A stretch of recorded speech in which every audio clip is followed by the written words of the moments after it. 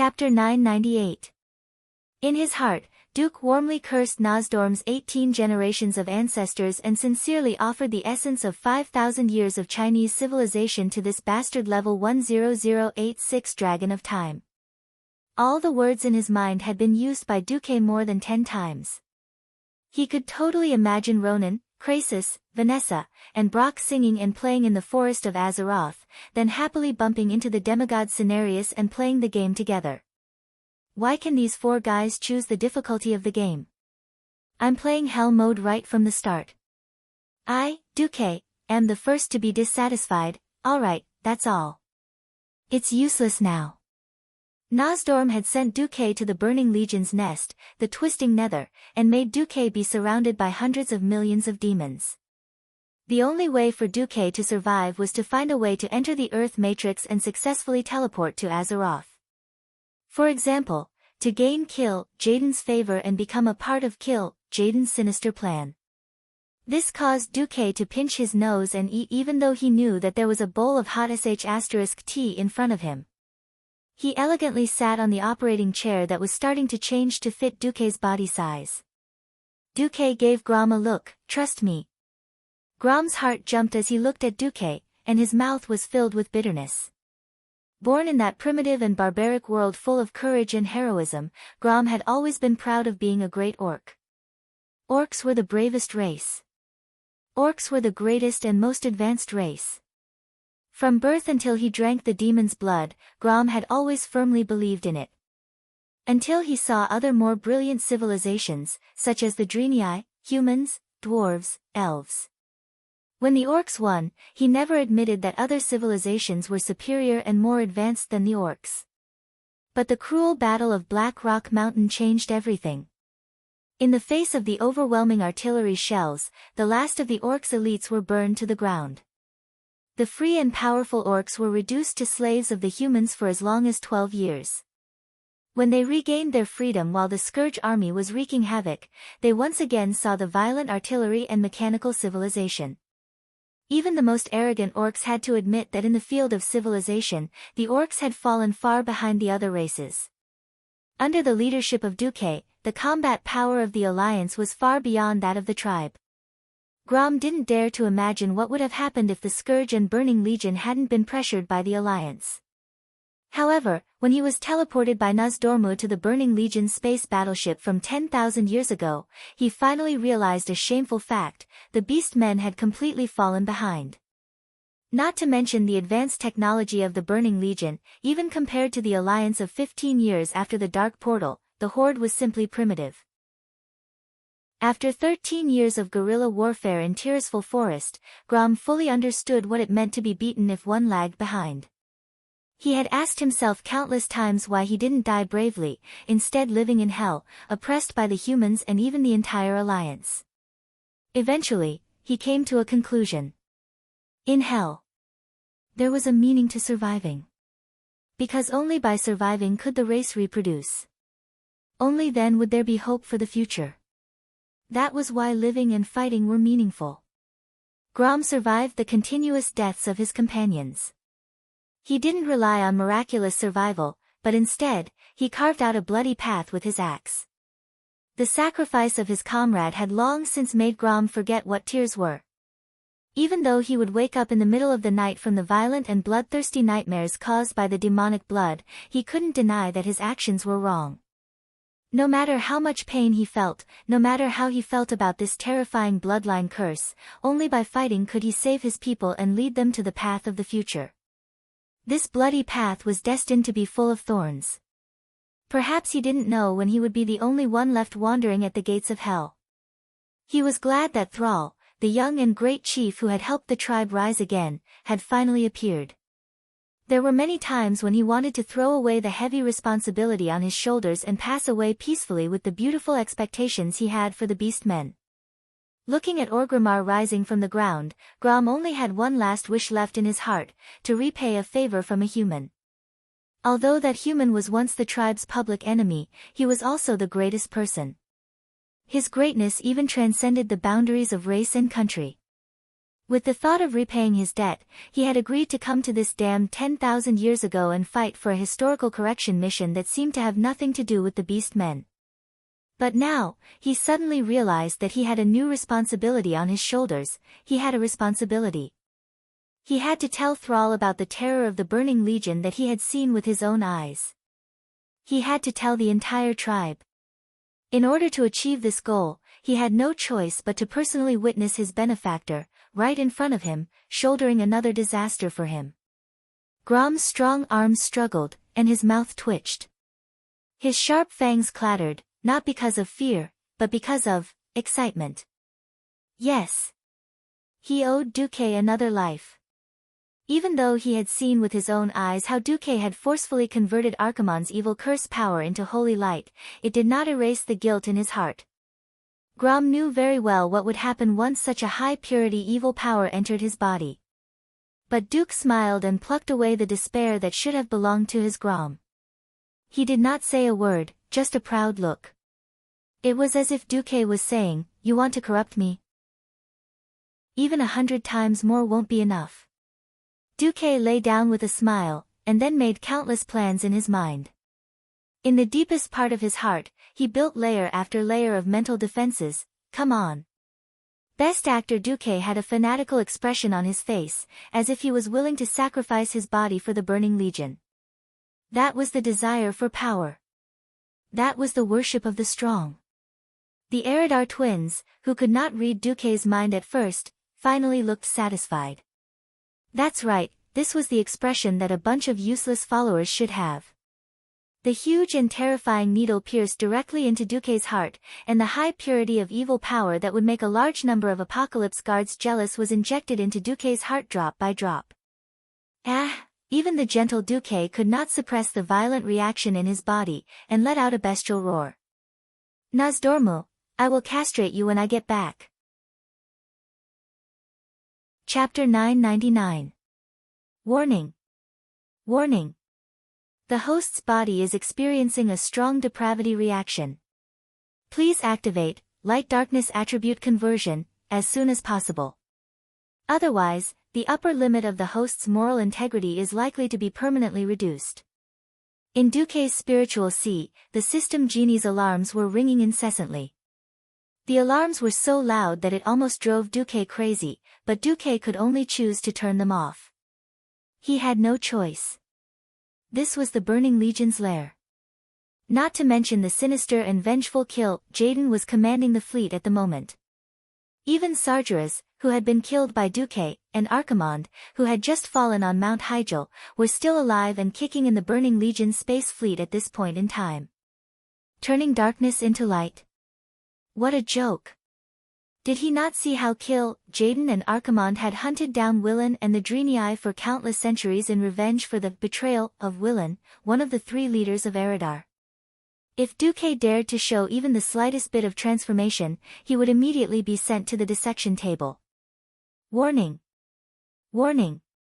As the host's moral integrity, humanity, is about to break through the lower limit, one or more of the negative spiritual characteristics that were once suppressed will randomly appear.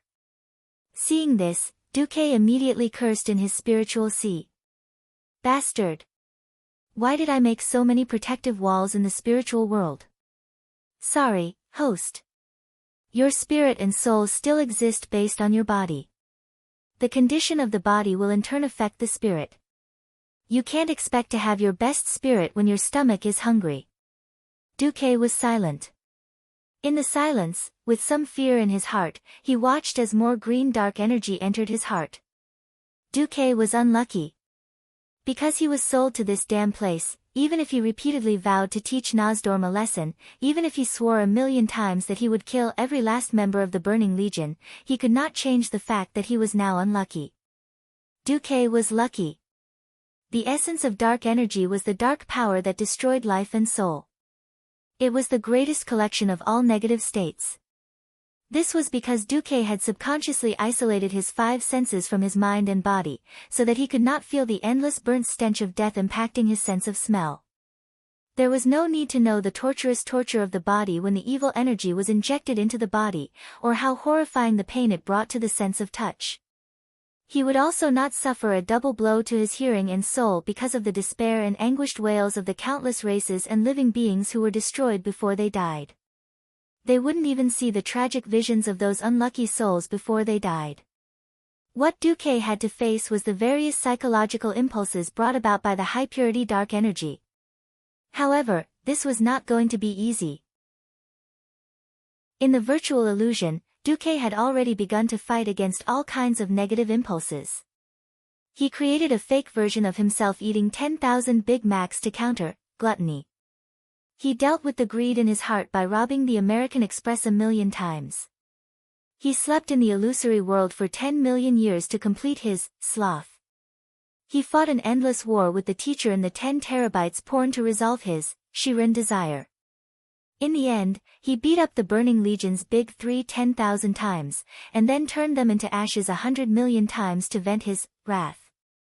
In the outside world, Grom watched anxiously as Duque's body convulsed in the dark energy solution. He could not imagine what Duque had to face in the spiritual world. But as he listened to Duque's bones and saw Duque's body expand to the size of 2 people, it was not hard to imagine how much pain Duque was suffering at the moment. However, on the other hand, he could also see some clues from the horrified expressions of the Burning Legion's demons. Crazy. Crazy. This is crazy. Did we get the purity wrong? How can a lowly creature contain so much dark energy?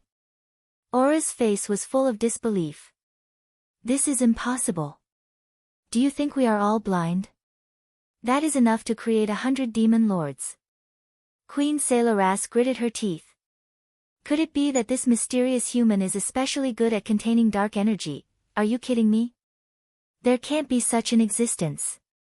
But, the amount of dark energy he absorbs is far beyond the level of a normal lord. It's almost at the level of a commander. Aura's looked like she was about to cry. The Erida Gemini could not imagine what it would be like to have a 4th big 3 in the Burning Legion. At that moment, the syringe that was being pressed in suddenly stopped. The Erida Gemini saw this and finally stopped the horror in their hearts. After all, this meant that Duque's total dark energy was at most half of a commander-level demon. In fact, it was not even half. Because the next second, Duque's eyes suddenly opened. Without any warning, all the pores on his body opened at the same time, spewing out turbid dark energy gas mixed with green and black. At that moment, the surging green gas turned into a huge shock wave and first sent all the middle-level demons closest to Duque flying. Then, suddenly, the Apocalypse Guards howled in pain as they knelt on the ground. It was not that Duque directly attacked them, but they were all burned by the ultra-high-density dark energy gas that Duque spewed out. Air could be used as an air cannon to kill enemies when it was 10 times or 100 times concentrated. Not to mention that this was a high-energy dark energy. As if they were splashed with sulfuric acid, the Apocalypse Guards' bodies started to corrode. The thick scales on the skin of these powerful demons, as well as the steel-hard cuticle, all melted away like wet toilet paper. Grom looked at all of this in shock. Fortunately, before the shockwave reached him, the Erida Gemini who was watching over him pressed a button on a pillar that rose from the ground. A powerful ventilation system was activated, and in an instant, the ultra-high-density dark energy gas was drawn out of the hall. Even so, more than 100 Apocalypse Guards had been killed. This was the Twisted Void, and the demons that died here were dead. They could no longer be resurrected.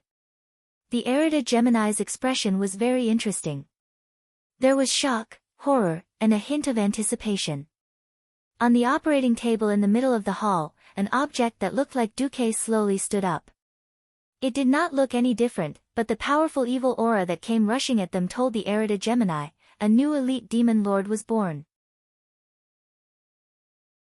Chapter 1000. Initially, the Burning Legion was the fallen titan Sargeras. It was only after Sargeras brought Kill, Jaden and Archimonde into the pit 25,000 years ago that the Burning Legion came into being. Since that day, Kill, Jaden had not stopped adding new races to the Burning Legion.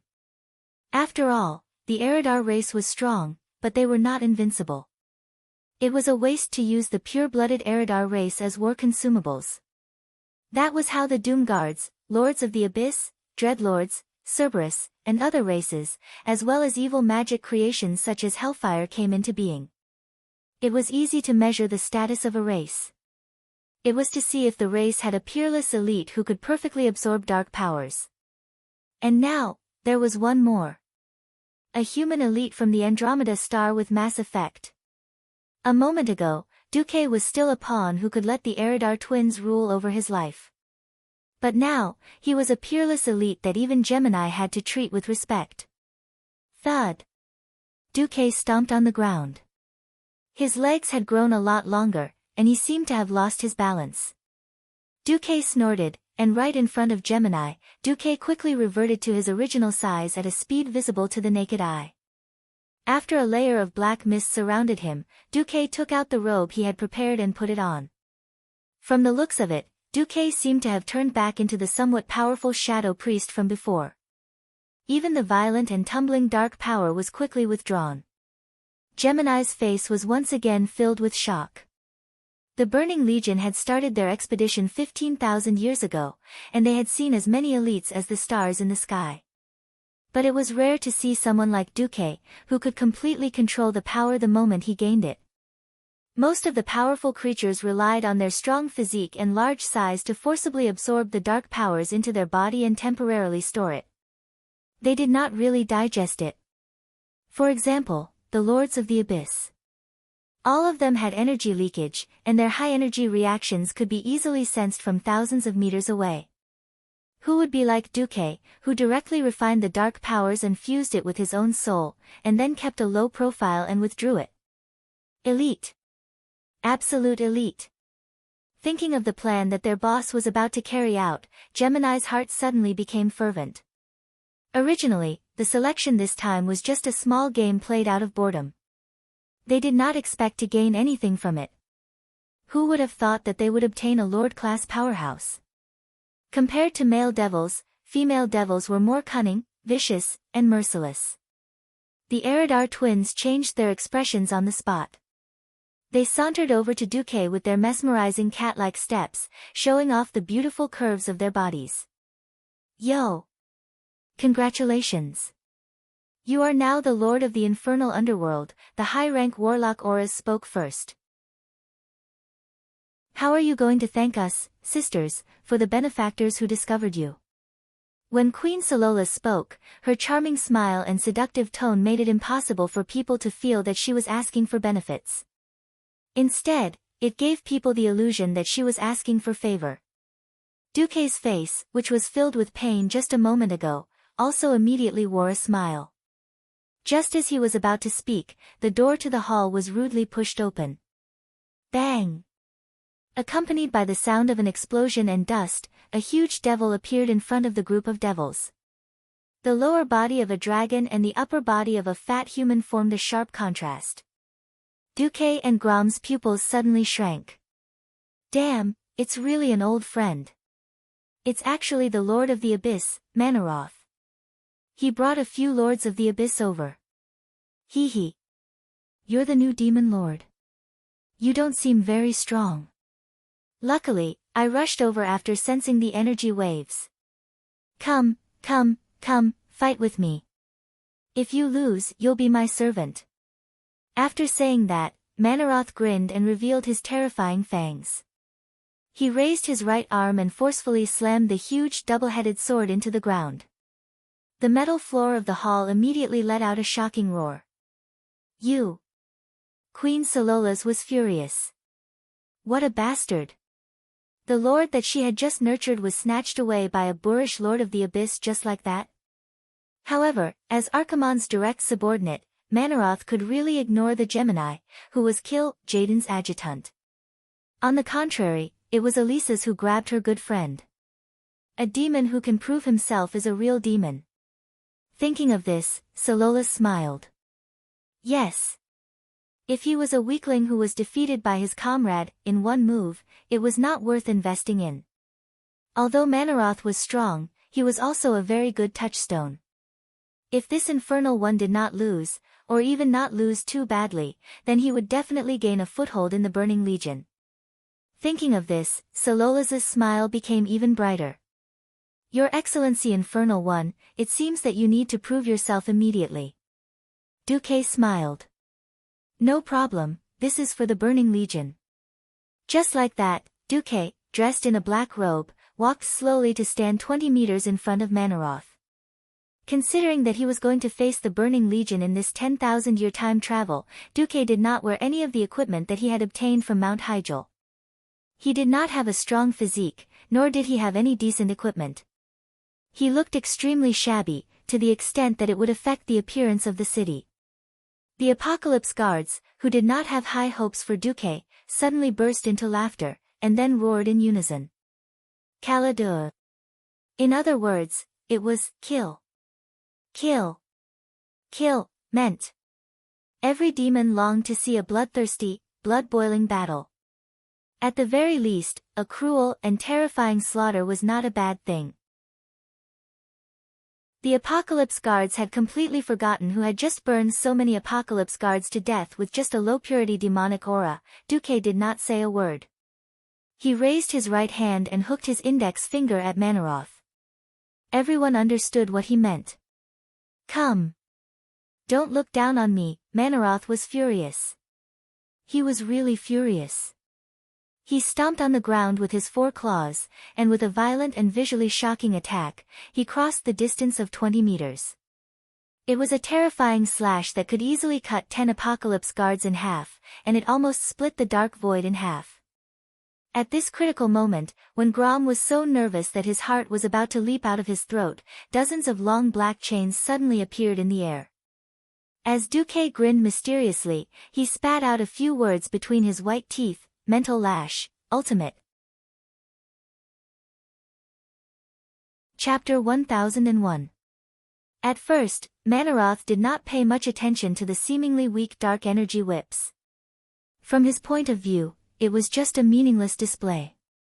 His charge and cleave could destroy everything with brute force. He immediately realized that he was wrong. Furthermore, he was ridiculously wrong.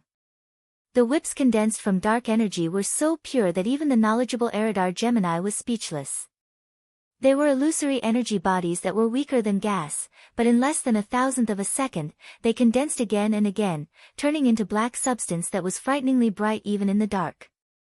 100 times harder than steel. 1,000 times stronger than rubber bands. Their unreasonable strength and tenacity held Manaroth back even though he was in a frenzied state. She grabbed his arm.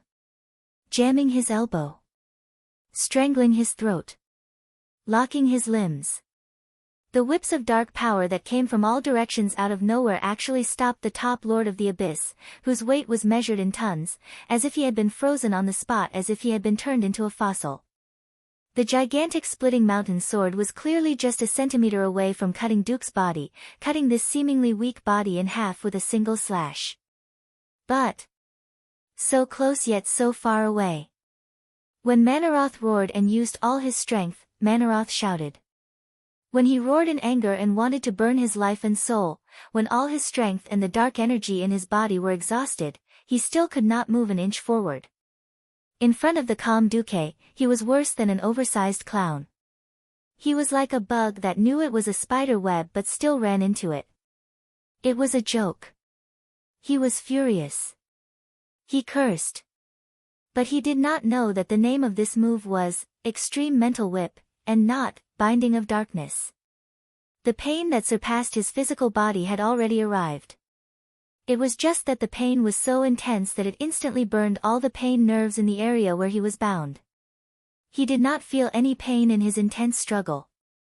But the next moment, a pain that came from his soul came from every corner of his soul. He finally realized that something was wrong. Ah! It was a pain that surpassed all his previous experiences and all his imagination. Ah, that was the most extreme and terrifying pain that could almost burn his brain to a crisp.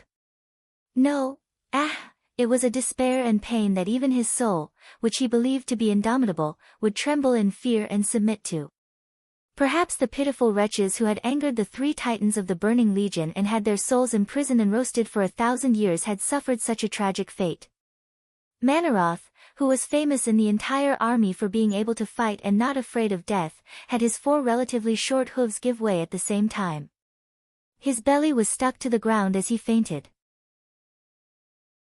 Moreover, there was a foul stench coming from the back half of his abdomen. That's right, because this fellow's body model leaned more towards that of a draconic human, his stomach just so happened to be too big, like a roly-poly doll. Just like that, his head slumped dejectedly on his thick neck, his eyes rolling back. My lord! The lords of the abyss turned pale with fright. Magtheridon, who was at the front, brandished his double-headed sword and rushed over to help. Humph! A cold snort. A green shadow rose from the ground and rushed into the sky. In less than a second, it drew an extremely unscientific triangle in the air. It was a flash of mournful red light. It was violent and filled with an unparalleled sense of power. Compared to the violent momentum of the Lord of the Abyss's charge, this scarlet axe was even more unreasonable. Even though Grom was only 1/10 of Magtheridon's size, he had the weird special skill, Lord of the Abyss specialization. One blood roar was enough to teach Magtheridon a lesson. The meter-thick super alloy plate was directly smashed by the axe. Magtheridon was like a pale little girl as he let out an unscientific scream and retreated in panic. King against king. General against general. It seemed like the Lord of the Abyss's side was completely defeated. Duque waved his finger lightly, wanting to end this troublemaker Manaroth. Suddenly, an incomparably powerful will descended. It was a terrifying will that was so huge that it felt like the entire universe was in his hands. A cold glint flashed in Duque's eyes. He waved his finger, and the dark power that bound Manaroth's body suddenly increased. At this moment, most of the spectating demons could not help but change their expressions. This infernal affairs really dared to kill. Humph! A cold snort came from the void. Then, a super-large sword wrapped in blue flames slashed down from the sky, about to cut Duque's dark whip. However, at the very last moment, Duque put on a frightened look and only withdrew his energy the instant before the flaming saber arrived. Oh no! Oh, no, even if he kept telling himself that this was 10,000 years ago, when the Burning Legion was at its most powerful. When Duque saw Archimonde's green face run out to scare people, he still felt like he did not press the lid of his coffin properly and let Ak run out. Who are you? Who gave you the right to kill my vanguard general? Archimonde's shadow seemed to be unable to suppress his anger. Lord Archimonde. As Lord Kill Jaden's direct subordinate, I don't think I have to tolerate Manaroth's provocation, right? Duque did not back down at all. Instead, he rebuked Archimonde. In the Burning Legion, the one with the biggest fist was the boss. However, it was also relative. Since ancient times, this kind of thing happened in any large organization. Anyway, Duque had defeated Manaroth in one move and displayed his value. He dared to bet with his integrity that Kill Jaden would definitely not bear to let the best newcomer of the year be killed by Archimonde in a daze. As expected, in less than half a second, Kill Jaden's huge image suddenly appeared behind Duque. Hee. Don't be angry, Archimonde. Isn't it just a sparring session? Didn't your vanguard official not die? Hearing this, Duque heaved a sigh of relief. He was a talent that Eridar Gemini had discovered.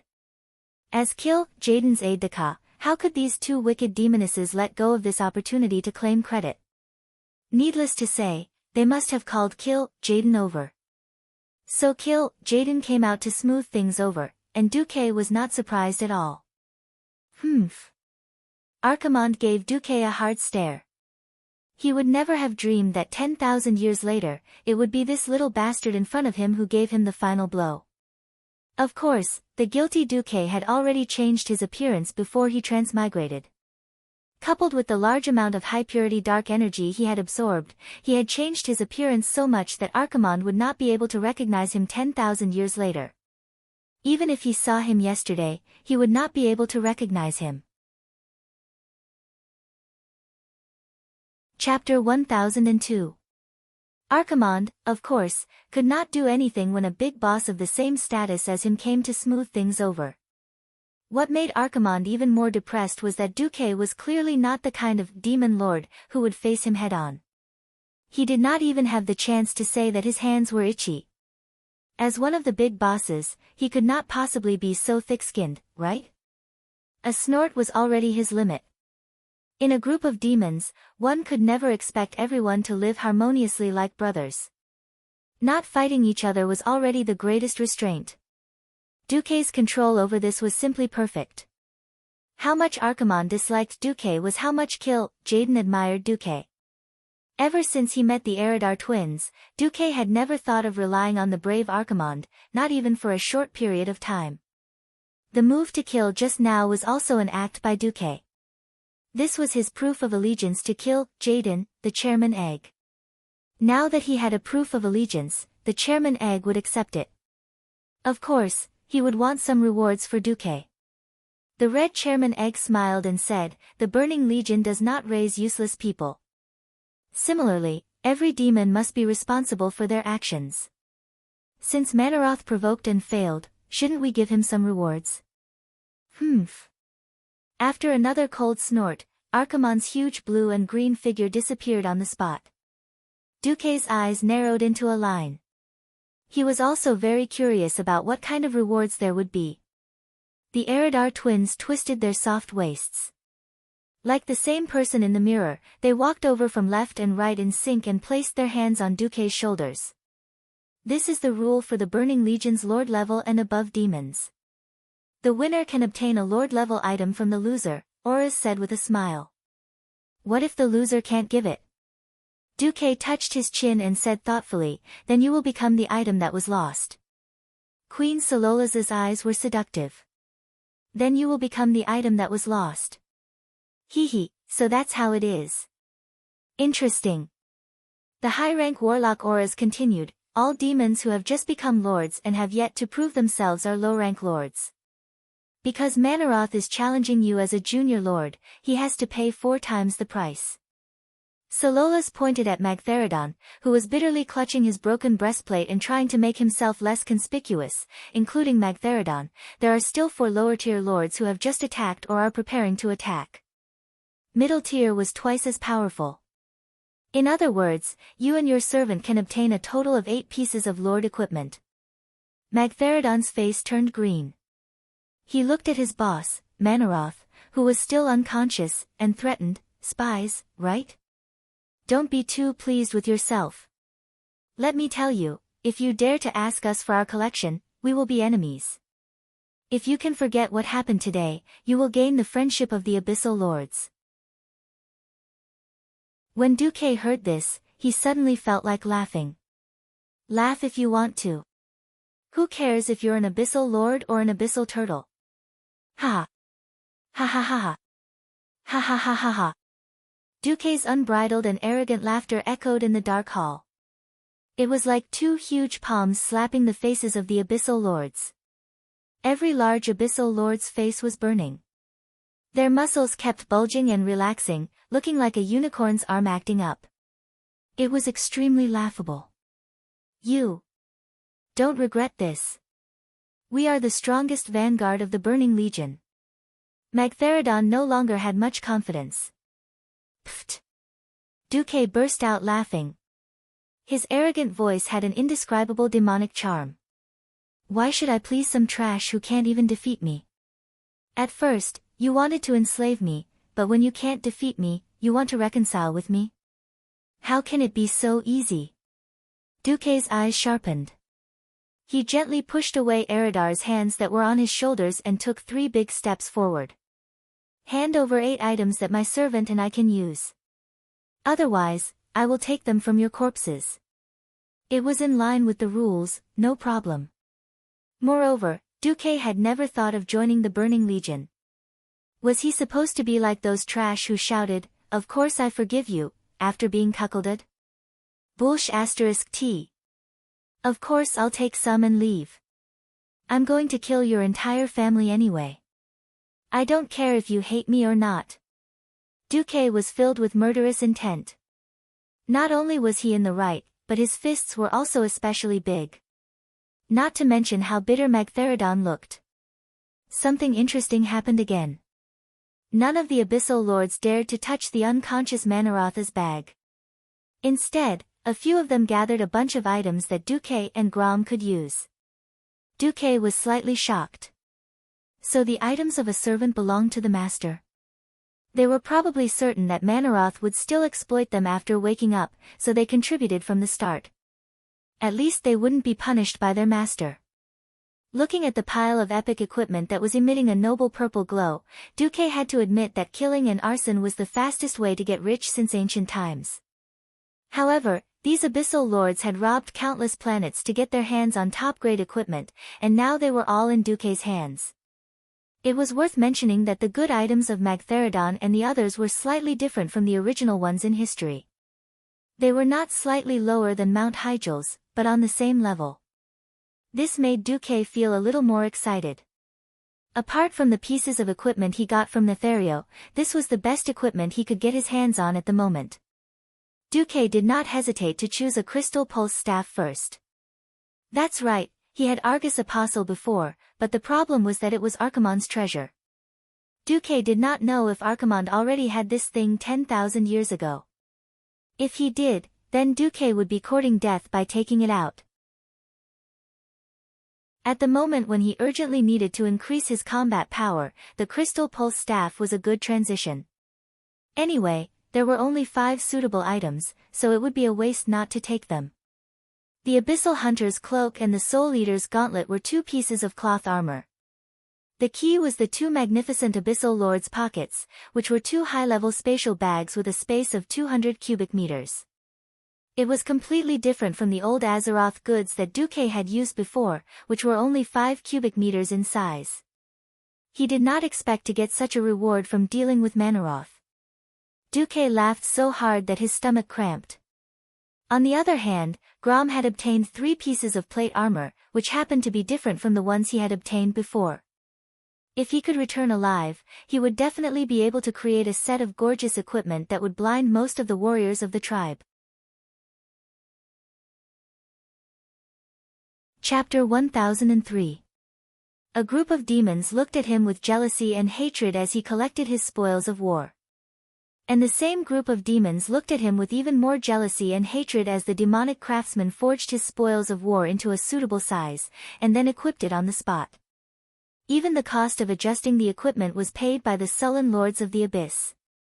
Not to mention the sour feeling in Duque's heart. He had slapped the demon in the face. He had snatched the demon's best. And he had even shamelessly asked for a receipt and 3 guarantees of after-sale service. This was the so-called despicable and despicable act.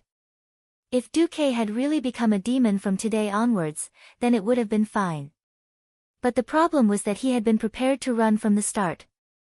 Of course, Grom, who still had no idea what Duque was up to, was very depressed. He did not even know if Duque had really fallen. Originally, the Eridar Gemini's eyes had lit up when they saw Grom, who had almost crippled Magtheridon with an axe, and subtly suggested that Grom should also try his dark powers. But Duque had used the excuse that lower races do not deserve to enjoy dark powers to gloss over it. The Gemini did not force Duque any further. Firstly, Grom was Duque's servant, slave. Secondly, perhaps he thought that Duque wanted to consolidate his power and position. Jealousy and being wary of his underlings were things that any smart Eridar demon would do. The Gemini smiled and did not continue the topic. Then, Duque was led to an independent, sealed room. It was a huge space of 100 square meters, and there was only one luxurious chair in the middle of the room. Calling it a chair was not really appropriate, as the entire chair was made out of high-purity dark power that was so dense that it was almost tangible. It was more like an exaggerated, spiritual transmission system. Under the Gemini's guidance, Duque sat on it, and the next moment, he found that his consciousness had been transferred to a huge hall. It was a huge fan-shaped space of over 1,000,000 square meters. At first glance, it looked like an opera house. However, there were only 3 gigantic chairs on the platform, which were obviously for the Burning Legion's 3 powerhouses. Then, from the narrow end of the fan-shaped room, Duque saw a 4-digit number of chairs, or rather, cushions. His current position happened to be slightly behind the middle section of the fan. Sololas's voice rang in Duque's ears. This is the Temple of Demons, the core of the Burning Legion. As you have successfully defeated the High Lord Manoroth, you have been promoted from a beginner lord to an intermediate lord. If you want to advance further, you must make a great contribution and prove your loyalty to the army. After you prove your loyalty, you can officially reincarnate as a vassal of our noble Eridar clan. Your soul will be bound to the twisting nether and you will enjoy eternal life. As long as you don't die in the twisting void, your soul can return here and resurrect infinitely. When Duque heard this, he was instantly excited. Not because of eternal life, but because he had been worried for a long time that he had to bind his soul in advance. This loophole was not deliberately left behind by the Burning Legion. They just never thought that there would be a creature in this world that could resist such terrible mental corruption. In the eyes of Sargeras and the Eridar clan, anyone who could withstand such a large amount of dark energy and become a lord would already be a miracle if they did not fall into madness. Generally speaking, such a person would be given the responsibility of a commander. Who would have thought that there would be someone who could resist the brainwashing and secretly convert dark energy? So, in their eyes, Duque was a cooked duck that could not fly away. Eternal life was, of course, a deceptive thing to be used as bait to tempt the strong newbies who had just joined the army. As for resurrecting in the twisting void and falling into a weakened state, other demons would find trouble with him, and he might even become a slave beast. Do you expect the demons to be kind enough to tell you the truth? He. After the introduction of the benefits, it was time to work. Without giving Duque time to rest, Kill Jaden summoned Duque. It was a house burning with a raging fire. Kill Jaden was red all over, and his lower body was bathed in boiling magma. His body was more than 15 meters tall, and easily occupied most of the room. Duque stood in the middle of the room, standing at the end of the peninsular-shaped passage that only extended to Kill Jaden's chest. Looking up at Kill Jaden, Duque felt a little pain in the ass. Nothing else, it was too close. Looking up at Boss Egg's scarlet demon face that was made up of 3 flexible tentacles at such a close distance, it was a disgusting feeling. It was like spending a lot of money to watch an IMAX movie, only to sit in the first row and spit at the alien show. The feeling of being burnt on the outside and tender on the inside was really unpleasant. Unfortunately, Duque, who was pretending to be an obedient child, could only pinch his nose and accept it. Dark in his shadow form, Duque stared at the egg with a slightly timid gaze as he pretended to be calm, and said, "The great Kill Jaden, what brings you here?" Who knew? Boss Egg would immediately say, "Despicable bug. How dare you lie to me?" Duque's body trembled, and he almost peed his pants. The great Kill Jaden. I didn't. This time, it wasn't an act, Duque was really scared. Humph. You still dare to say you didn't? There's no Andromeda star effect at all. Who? Hearing this, Duque was instantly relieved. The true colors of the best actor were revealed once again. Duke's mouth moved as if he was probing, the planet I was born on was just an inferior world with a low civilization. The Great Burning Legion destroyed my world in one day. Mass Effect planet is just what my lowly race and I call it. I don't know what the Great Burning Legion called my world. Is there a misunderstanding? Kill Jaden was speechless. The Burning Legion was the most brutal existence in the universe, the most terrifying violent organization. The number of planets and races they had destroyed was more than 10 million. Even if their subordinates reported, they would usually destroy an entire star system. Even someone as meticulous and cunning as Kill Jaden couldn't possibly know what kind of culture each planet had, and what the inferior races called their home. The egg would never pay attention to planets that were easily destroyed. Generally speaking, knowing how much resources were taken from planets that were easily destroyed was already the limit of the egg's memory. Kill Jaden was actually just trying to scare Duque. Seeing that this new lord-level vassal creature was sufficiently humble towards him, Jaden was relieved. Chapter 1004. Jaden was a big boss who had a lot of things to deal with every day. He didn't have the time to beat around the bush with Duke. After all, Duke was one of them, so he went straight to the point. I'm here to give you a mission. Go to a planet called Azeroth and open a portal that allows the entire army to pass through. As long as you complete this, not only will you be able to bind your soul to the twisting nether, but you will also be able to choose one item from my collection as your family heirloom. Hearing this, Duke was so happy that his heart was about to fly out of his chest. Damn, he was finally sure that that bastard Nozdormu did not send him at the wrong time. It was indeed the eve of the ancient war 10,000 years ago, and if he was not wrong, he was very likely to replace Manarotha's position. Although he was happy, Duque showed another characteristic. I promised to complete the mission. I only have one small question. You ask, I may not answer. Jaden showed enough arrogance. I want to ask, sir, did you give me your reward the moment I opened the portal? Duque rubbed his hands, his face full of eagerness like the greediest goblin. This time, Duque's desire was not fake. According to normal history, he would only have the chance to overthrow Jaden and snatch his mother after at least 10 years. He did not expect to have the chance to get Dandon's collection in advance. It would be strange if Duque was not tempted. This kind of undisguised greed made Jaden admire him greatly. Ha! The Burning Legion is never stingy with rewards. As long as the portal you open is large and stable enough, when the main force of the Burning Legion's first fleet enters Azeroth, how about I reward you with 3 treasures? Then, it's a deal. Jaden seemed to be satisfied with this meeting. He waved his hand, and a scorching fen wind rose in the room. If the dark force surrounding Duque was slightly weaker, Duque would have been a charred corpse by now. You have my promise. Go and rest first. You also need to adapt to the sudden increase in power in your body. My aide will give you the details tomorrow.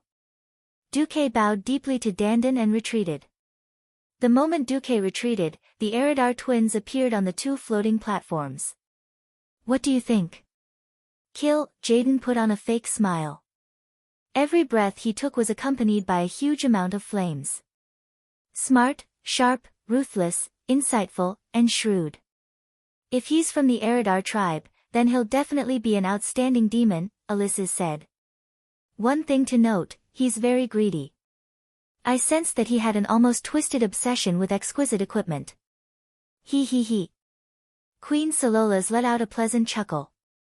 Not only that, although he hid it well and never dared to look us in the eye, I'm sure that he wants to enslave us. Auras also chuckled. Ha! Ha ha ha ha! Jaden laughed maniacally. His laughter was so loud and terrifying that it actually shattered the decorations in the hall and the stone pillars hanging at the top of the hall. They fell into the lava pool and splashed high into the air. The Eridar twins bowed at the same time with a charming smile on their faces. Those inferior races that were destroyed by our hands call us demons. Since we're demons, what's wrong with being greedy?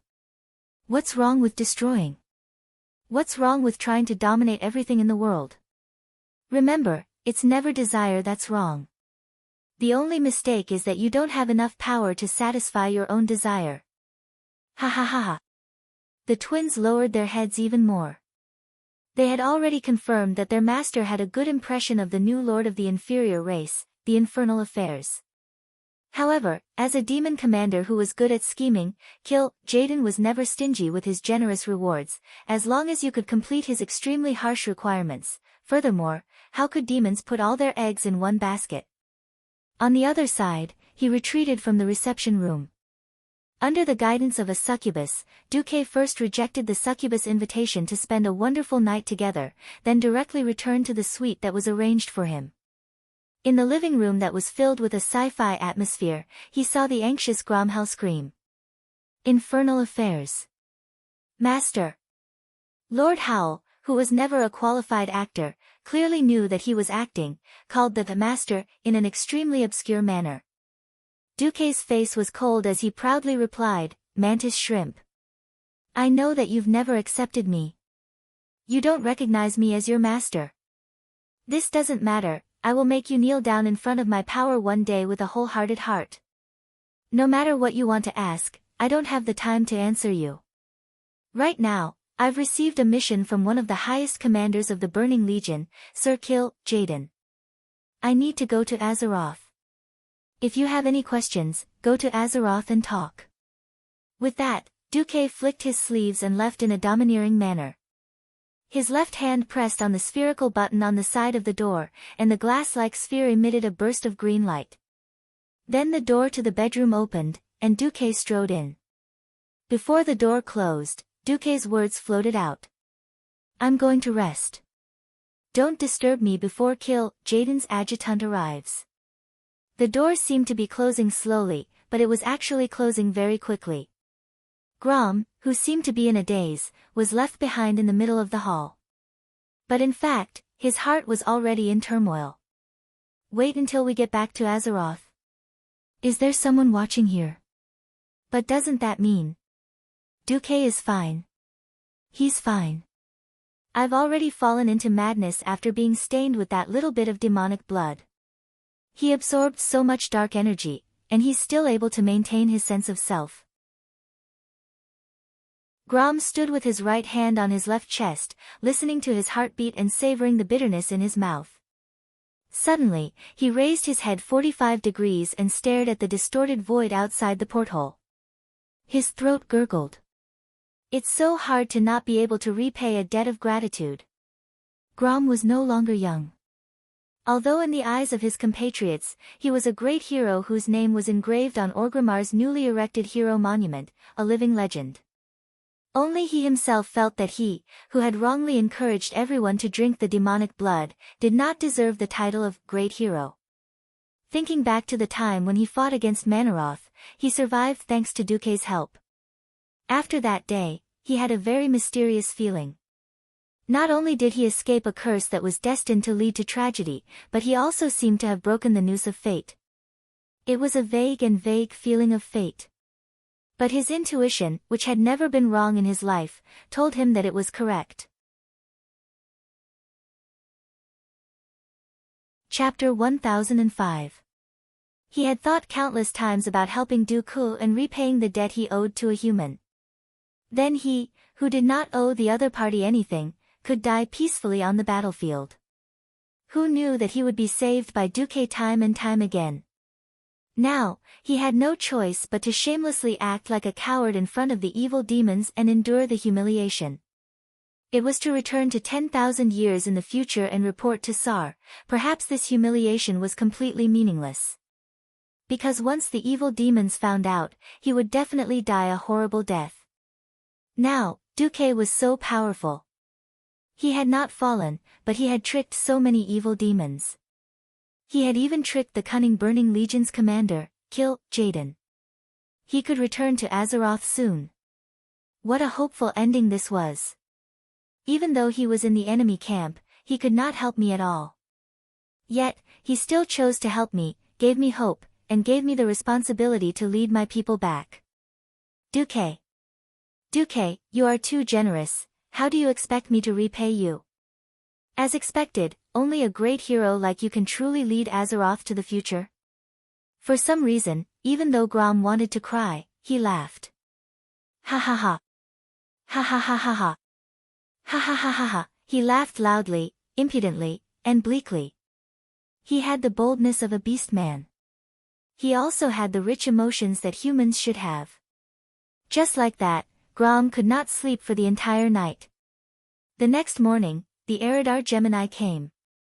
On the surface, the explanation was that the army wanted to snatch the Well of Eternity from the uncivilized low-class races. But what was in Azeroth and its connection to the Pantheon was not mentioned. As the saying went, everything that should be said was said without missing a word, and everything that should not be said was left unsaid. Even though he flattered Duque by saying that opening the teleportation portal would be considered a great contribution to the army, he knew that he was just a pawn to explore the path.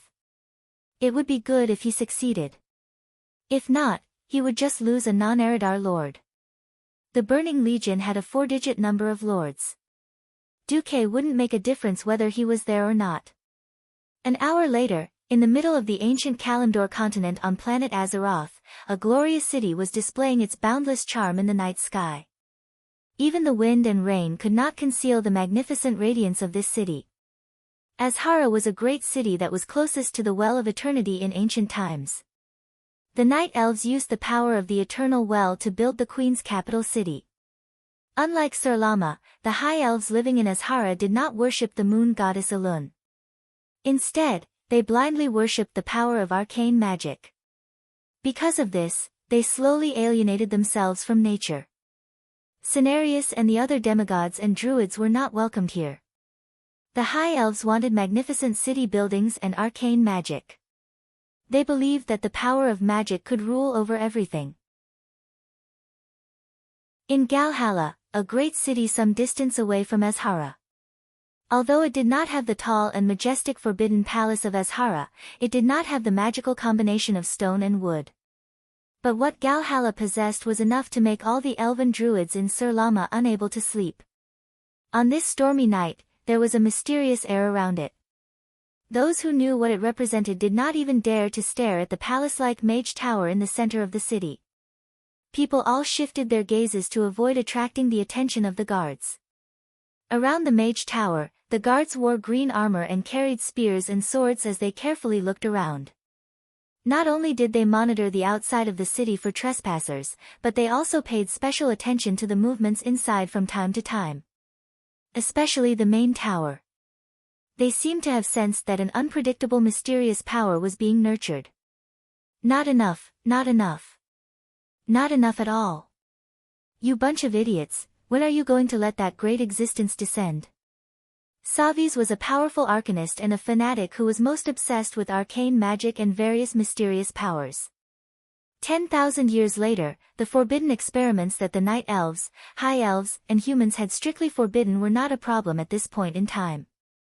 As a noble High Elf noble and the Queen's chief advisor, all of his experiments were approved by the Queen. Under his leadership, the Wizards of Galhalla began a ritual that was performed every night. In order to complete the ritual, they had to constantly rearrange the magic jades and arcane crystals to demarcate the boundaries of magic power so that the magic power could better play the role of the summoning circle.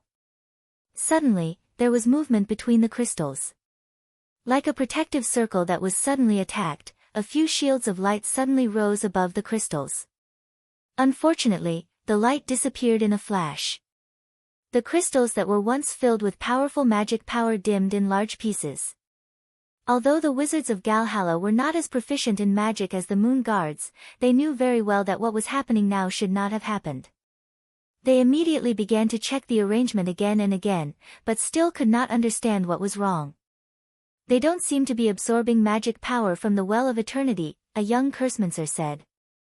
A young Cursemancer asserted, something is trying to cut off the energy flow from the front. Trash. Trash. All trash. Savi's could no longer control his anger and lashed out at the young Cursemancer's face. Even though the Cursemancer had more than 10 methods to avoid or resist this whip, he still lowered his head and forcibly endured this whip, leaving behind a deep red mark on his rather delicate and pretty face. Suddenly, Savi's quivered. His expression became absent-minded. Yes. He heard a voice. Although it was a little vague, he heard all the key words clearly. My servant. I will send out a Lord. To assist you. A powerful Lord, huh? That's great. I've been worrying about not being able to show Her Majesty the Queen the great power of the Burning Legion. Is there anything you need me to do? Let go of your soul. Enter a deep sleep. All right. Yes, great Lord Kill, Jaden. Under the strange gazes of all the Magi, Savi's actually fell asleep standing. He lowered his head and looked like he was on the verge of collapsing, as if he would fall to the ground in the next second. However, Savi's moved. His slender fingers fluttered incessantly, and his intense movements formed a stark contrast with his blank expression. Lord! A magus cautiously approached Savi's. They could not imagine what had happened to Savi's. Chapter 1006. One by one, crystals brimming with mysterious magic were thrown out by Savi's dexterous hands, and they landed lightly on the ground. It looked no different from the magic circle that had failed before, but the order in which the crystals were laid out had clearly caused a special reaction that was different from the past. The magic circle lit up. A green brilliance that had never been seen before began to fill the entire magic circle, and powerful magic meandered around. Brighter. Brighter. Brighter. The next moment, a huge black shadow that was more than 10 meters tall suddenly cut through the void and descended from the sky. With an ear-piercing roar of thunder and lightning, it appeared majestically in the middle of the magic circle. Savi's and the night elf sorcerers who had just woken up from their trance were stunned. They had completely lost their ability to speak as they stared at the huge figure, oblivious to everything else. It had huge bat wings like a giant dragon, sharp claws, and a body that was many times more muscular than a troll. From the head that was sunk deep in the shadow, 2 scarlet eyes with a gaze like lightning, fierce and lifelike. It was like the most arrogant emperor, looking down at these night elf arcanists as if they were ants. It smiled. In its open mouth, there were thousands of sharp fangs of various sizes, emitting the most primitive terror. What was even more terrifying was its aura. It was majestic like a collapsing mountain, like a falling star. It was as if just by standing there, it could squeeze the air out of the lungs of the night elves bit by bit, and they could no longer inhale the slightest bit of oxygen. It was a terror that was close to suffocating, but Savi's felt that his heart was not because of a lack of oxygen, but because of ecstasy. That's right. Powerful. Only this kind of power was worthy of being the messenger of the supreme existence in his heart. A lord of the burning legion. At that moment, Savi's eyes were filled with tears of excitement. The intense magical wave finally subsided. What appeared in front of them was indeed a gigantic and terrifying pure black giant. Beside him was a rather tall and burly green silhouette. Unfortunately, the giant was too huge, and the elves subconsciously ignored the green figure beside him. Was it a dark energy lord? Or a dread lord? There was an irrepressible excitement in Sarva's heart. However, in front of all the elves, the huge black figure seemed to have exhaled a mouthful of turbid air, and shrunk rapidly, turning into a humanoid creature that was slightly shorter than the night elves. Moreover, his aura was quickly fading away. Human. Savi's couldn't hide his astonishment. In his impression, creatures with this appearance were called humans. They were a group of barbarians who basically did not wear any clothes or used a piece of dirty animal skin to cover their lower bodies. This human did not look powerful, nor did he have any outstanding appearance. Perhaps he was tall among humans, but compared to the taller night elves, his appearance wasn't an advantage. Instead, the 2.5-meter-tall green giant behind this human stood out. A magus who looked rather experienced suddenly sneered, "Lord Savi's, is this the Lord that you summoned from the distant, distorted void without hesitation at the expense of a huge amount of magic crystals?" Anyone could hear the sarcasm in the old warlock's words. But before Savi's could speak, the young-looking human gently snapped his fingers. For some reason, even though the night elves' ears did not hear any sound, there was a huge tremor that went straight into the hearts of all the elves from the old warlock's head. Bam! If one had to give an onomatopoeic word, that would be it. This was not any type of physical attack, and it had nothing to do with arcane spells. It was a pure spiritual attribute. It easily shook this old warlock, who was considered one of the top-ranked warlocks in the Azhara dynasty, to the point that he was dizzy on the spiritual level. The old warlock was horrified and tried to retreat. Just then, the green monster suddenly raised a huge one-handed axe high, and a scarlet light flashed. The double magical shield that wrapped around the old warlock was as fragile as an eggshell, and was easily broken. In the next moment, 2 long legs dressed in luxurious fabrics were sent flying. But the old warlock's remaining body completely defied the laws of physics, and even after receiving the horizontal impact, everything above the knee was still stuck straight into the ground. No, the bones that were already exposed were actually forcefully inserted into the obsidian ground. The old warlock did not faint, but every curve on his face was condensed with fear, and every inch of his eyes was filled with despair. That scene was truly evil. A wave of fear that came from the deepest depths of their souls froze the bodies of every night elf present, including Savi's. Only then did the Lord speak slowly, and he was surprisingly fluent in Kadoriai. There have been countless beings who have tried to look down on me with their height. But every time I've closed the gap between us, no one would dare to look at me like that anymore. Remember, Savis, if anyone dares to do this again, I'll cut off everything above the neck. As soon as he said that, all the elves in the surroundings felt a sudden impact on their spirit seas.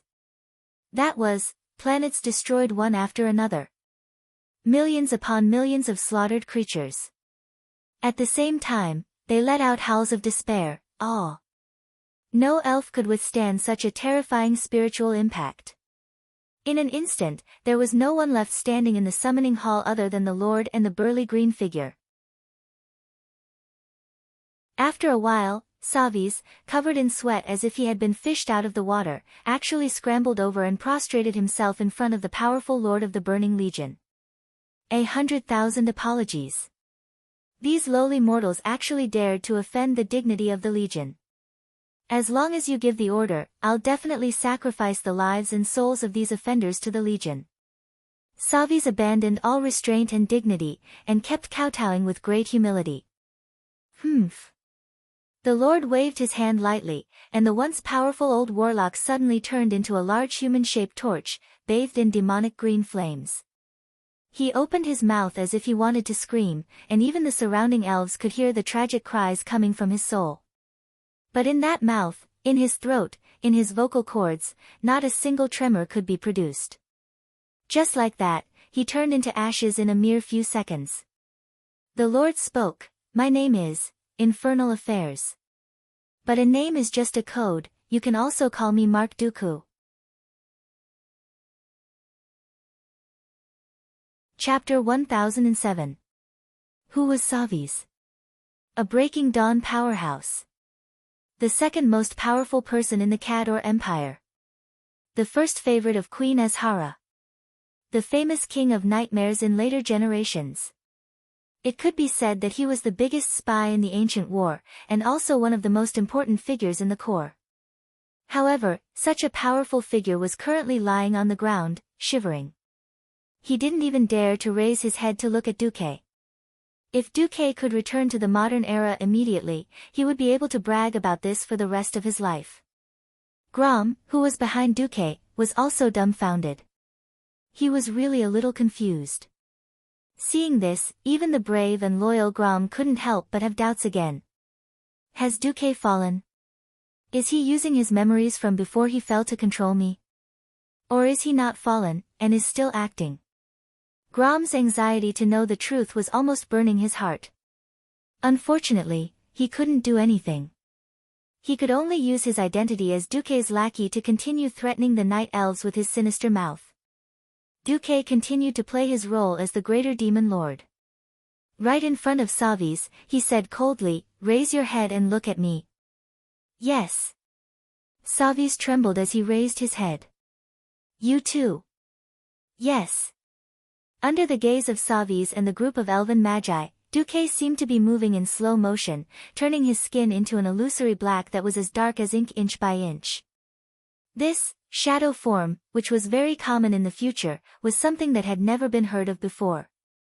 In his black form, Duque's gaze was as sharp as a sword, fiercely cutting into Savi's face and heart. I am the greater demon lord of the Burning Legion, Infernal Affairs. What I know is only death and destruction. So don't try to challenge my authority in any way. Otherwise, be prepared for at least one city to be destroyed. Understood? Understood. Savis was so scared that he almost wet his pants, and hurriedly agreed. Give me a moon well that hasn't been dirted. I want to take a bath. Yes. Yes. Yes. Savis hurriedly nodded. Without even looking at Sarvis, Duque deactivated, shadow form, and strode away. Grom followed behind Duque with, blood roar, on his shoulder. At this moment, Savis eagerly followed, nodding and bowing. Great Seamless, call me by my temporary name, Mark. Duque corrected. Sir Mark, I am carrying out this summoning ritual in the name of Queen Azhara. Do you have time to meet the Queen? Duque stopped, releasing an astonishing aura of power without anger. His gaze was so fierce that Savis actually had a terrifying, dazed feeling that Duque's eyes were blooming with the light of death, easily breaking his body into two. Are you ordering me? No. I dare not. Savis once again knelt on the ground with incomparable humility. This is just a suggestion, a small suggestion. Duque was secretly pleased, but unfortunately, he could not show it on his face. He still looked domineering as he snorted coldly. I'm not in the mood for now. But seeing that you're still relatively obedient, I'll give this to you. With that, Duque threw out a few tubes that looked like test tubes flowing with green fluorescence. Savis hurriedly caught them. This is, give it to your enemy to drink. Just one drop, and you'll get the powerful warrior you want. Thank you, sir. Thank you, sir. Savis simply could not contain the ecstasy in his heart. He actually shamelessly crawled over and kissed Duque's right shoe. When he kissed for the third time, a look of disgust appeared on Duque's face. He withdrew his foot like lightning and kicked Savis in the face, leaving a pitch-black shoe print on this night elf noble's face. Scram! Lead the way. Yes, yes, yes. Savis, the man who had brought great disasters to Azeroth many times in history, was now serving Duque like the most loyal servant. Grom, who was behind Duque, was dumbfounded and did not know what to say. At this point in time, the Kaldorii Empire had overused the water from the Well of Eternity. The Well of Eternity had long since turned into ink, and even rats were unwilling to drink the water. Fortunately, before the Well of Eternity had been polluted, there were still many moon wells that had cut off their connection to the Well of Eternity and maintained their purity. This was the case in a royal villa located 30 kilometers west of Galhalla. Savis worshipped Duque and Grom as if they were gods, and let a large group of royal guards lead the way. Guarding beside Duque were the famous moon guards of the Kaldorii Empire, who cultivated both magic and martial arts. After leading Duque and Grom into this magnificent royal villa filled with arcane decorations and appliances, Savis tactfully left behind 12 beautiful but short elven maidservants and left respectfully. My lord, please rest first. I will visit you again tomorrow at noon. Duque waved his hand impatiently as he dismissed Savis like a fly. His gaze then fell on the maidservants who were forcing a smile but were actually trembling. Perhaps Duque had asked Grom to shorten the height of the old elf wizard's legs, but it had left a deep impression on Savis. Savis had actually managed to find 12 elven maidservants who were slightly shorter than Duque. This was a very rare thing. One should know that the night elves had evolved from trolls, and the average height of the ancient night elves was more than 1.9 meters. The poor Duque had grown taller after adulthood, and after absorbing dark energy for a second growth spurt, he was only 1.85 meters. This was not bad for a human's height, but for the night elves, he was still half a head shorter. Duque almost wanted to say, I'm in despair too. The 12 night elf maidservants, if not for their purplish skin color and the annoying facial wrinkles on Duque's face, would have been a good eye candy.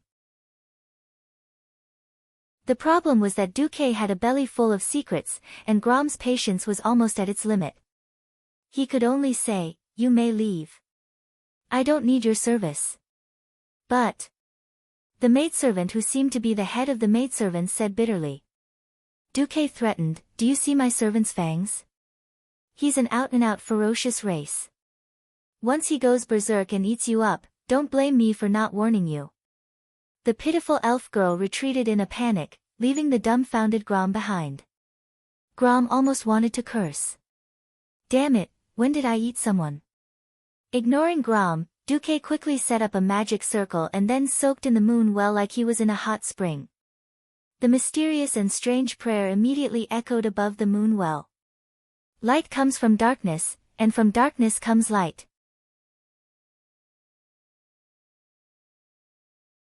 Chapter 1008. As someone who had witnessed a miracle with his own eyes, Grom knew that Duque had the ability to resist the darkness. This was also the biggest psychological support that kept him going. Even though he had seen it once, when Grom saw it again, he could not suppress the excitement in his heart. His large heart was beating wildly in his wide chest. On the arm that was tightly holding onto blood roar, the veins were bulging like earthworms. Gritting his teeth and holding his breath, Grom did not dare to miss a single detail of Duque. He was afraid that Duque's conversion to darkness would fail, and he would truly degenerate into a terrifying leader of the Burning Legion. On Duque's chest, a golden flame suddenly appeared. Like the first spark on a dry grassland, the golden flames quickly engulfed Duque's entire body like a prairie fire. Grom could see with his naked eyes that the dark power of darkness was being burned and purified. The darkness on Duque's body retreated like a defeated army, until it reached the area above Duque's neck. On his neck, the dark power, which had already turned dark, did not retreat, clashing fiercely with the power of light. Two powerful forces that mortals could only look up to, with the arteries and veins on Duque's neck as the battlefield, began an unimaginable slaughter. At that moment, Grom suddenly noticed that the water level in the well was dropping rapidly. The water level in the moon well the size of a baseball field was dropping at a rate of 1 centimeter per second. It was as if a whirlpool had appeared on Duque's body, and with an imposing manner, he sucked in the pure and flawless well water through his pores. 3 seconds later, Duque suddenly vomited. Blarg! Not only did he vomit, but thick black ink was also gushing out of Duque's nostrils, ears, and even his tear ducts. Ugh! It was a very strange scene. The well water that was sucked into Duque's side was pure white, and the side that he vomited on was absolutely black. The well water swirled clockwise, creating a mystical pattern similar to the Taoist yin-yang fish, Taiji diagram. Grom, who was watching from the side, felt a sense of awe and anticipation rose in his heart. As a former victim of the devil's blood, Grom was very clear on how chaotic that berserk power was. It was impossible for it to have this kind of behavior that was clearly on the side of order. Could it be that Duque, this monstrous human super genius, could even conquer the terrifying dark power of the Burning Legion? As Grom's thoughts ran wild, Duque's path of being a fraud continued. Light comes from darkness, and from darkness comes light. The tune was even more divine than the brainwashing divine tune. After more than 10 minutes, the black sesame paste that Duque spat out finally became a sesame paste demon, and Duque became a sanctimonious priest wearing the skin of a holy golden priest. Looking at Duque walking down the stairs beside the moon well like the most devout believer, Grom had a strange expression on his face. He touched his coarse beard and asked, "Duque, you've finally converted the darkness in your body?" Duque smiled bitterly. "You could say that, but you've been through it. You know that even if most of it is gone, there will always be some left." Grom's respect for Duque grew. 2 times. The first time was when he dealt with Arkharon. The second time was when he fought the dark power alone. Each time, Duque had chosen to sacrifice himself when he had a choice. Grom used to be tortured by the demon blood in his dreams, and he often woke up from his sleep because he could not suppress the violence in his heart. He was very clear about the side effects of the demon's power, so he did not dare to let any of his compatriots get close to him while he was sleeping for so many years. Because he was afraid that he would tear his compatriots apart while he was unconscious. Feeling Grom's sympathetic gaze, Duque could only smile bitterly. If Grom's characteristic was anger, then Duque had all 7 sins. But due to his easygoing nature, most of the 7 sins had nothing to do with Duque, except, cough. Duque waved his hand at Grom. "I'm fine. Compared to the survival of the world and the continuation of history, my business is trivial."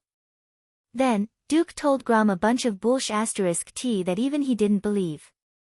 Remember, we are here on behalf of the Dragon of Time, Nozdormu, to preserve the original appearance of history. Ha! Am I sure I'm not here to destroy history?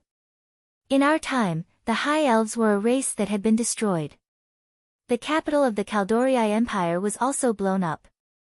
Even if our ultimate goal is to save planet Azeroth, it does not mean that we are going to stop the Burning Legion. Nonsense. If we really did stop it, how could I steal equipment from Kill Jaden? So, what we need to do is to go with the original development of history. It's fine if you don't know Azeroth's history, just listen to me. Good boy. Don't mess around. Don't be rash. I'll take you to steal equipment later. Grom's eyes reddened at Duke's words. The orc hero nodded heavily. Yes. I'll listen to you. Good. The dupe succeeded. Early the next morning, Duke had already sensed that Savis had been waiting outside. He paced back and forth anxiously, looking excited and nervous. The test tubes that Duke had given him had probably succeeded. Duke just had to leave him hanging. Every time Savis couldn't restrain himself and sent the pale elven girls to ask in whispers, "Has Lord Infernal Affairs woken up yet?" he would send the fiendish Grom to stop them without any makeup. No. Don't talk nonsense, I'll eat you if you keep talking. This caused every single elf girl to go back in tears. At noon, Duke, who was putting on airs, finally called in a few pale elf ladies to help him change his clothes. Then, after he finished eating the various delicacies specially prepared by the high elf chef, he called Savis in for a chat, as though he was calling a fortune. Great. Great Lord Mark Dooku. Savis was still humble and submissive, prostrating himself on all fours. He didn't skimp on anything.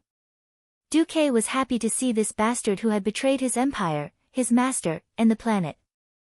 Duke raised his eyelids slightly. What is it? My lord.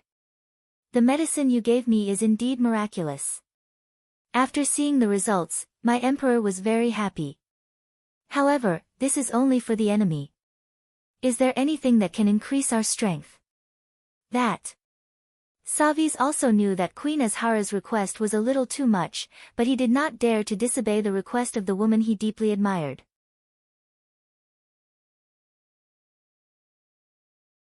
Chapter 1009. Duque let out a mocking laugh, looking as if he had expected this from him. He then pointed his finger into the distance. That pool over there is a strength potion specially made for you lot. Grom, the lousy actor, almost lost his act when he heard that. Bloody hell, this is clearly your vomit from last night, and you have the cheek to say that it's a good stuff specially made for the night elves? No, no, no. This can't be the Duque I know. Could I have been fooled by his holy light? Why does it feel like the righteous alliance hero Duke Marcus, who would always act righteously, whether it was tricking his enemies or saving his own in times of danger, had changed so much? Is this really the influence of dark energy? Speaking of which, even the wild boars in the barren lands, which are said to have no fear of meat or fish, would not eat the disgusting black stuff in this pool. Would the night elves want this? Grom's grimace gave Duque a headache. He thought to himself, Grom, have you misunderstood something? I've always been faithful, and I've always been this unscrupulous. What you saw before, what you believed, was just an illusion of an old man like you. Grom had already mentally prepared himself that Savis would fly into a rage when he saw the pool and flip the table. When that happened, he would have to teach this fellow a lesson. Grom knew very well that as a powerful Breaking Dawn Arcanist, Savis did not have many chances to fight. It was very likely that there would only be one chance. Just as Lord Roar was ready to fight, something happened that made Lord Roar break down. Ah, this power. It's wonderful.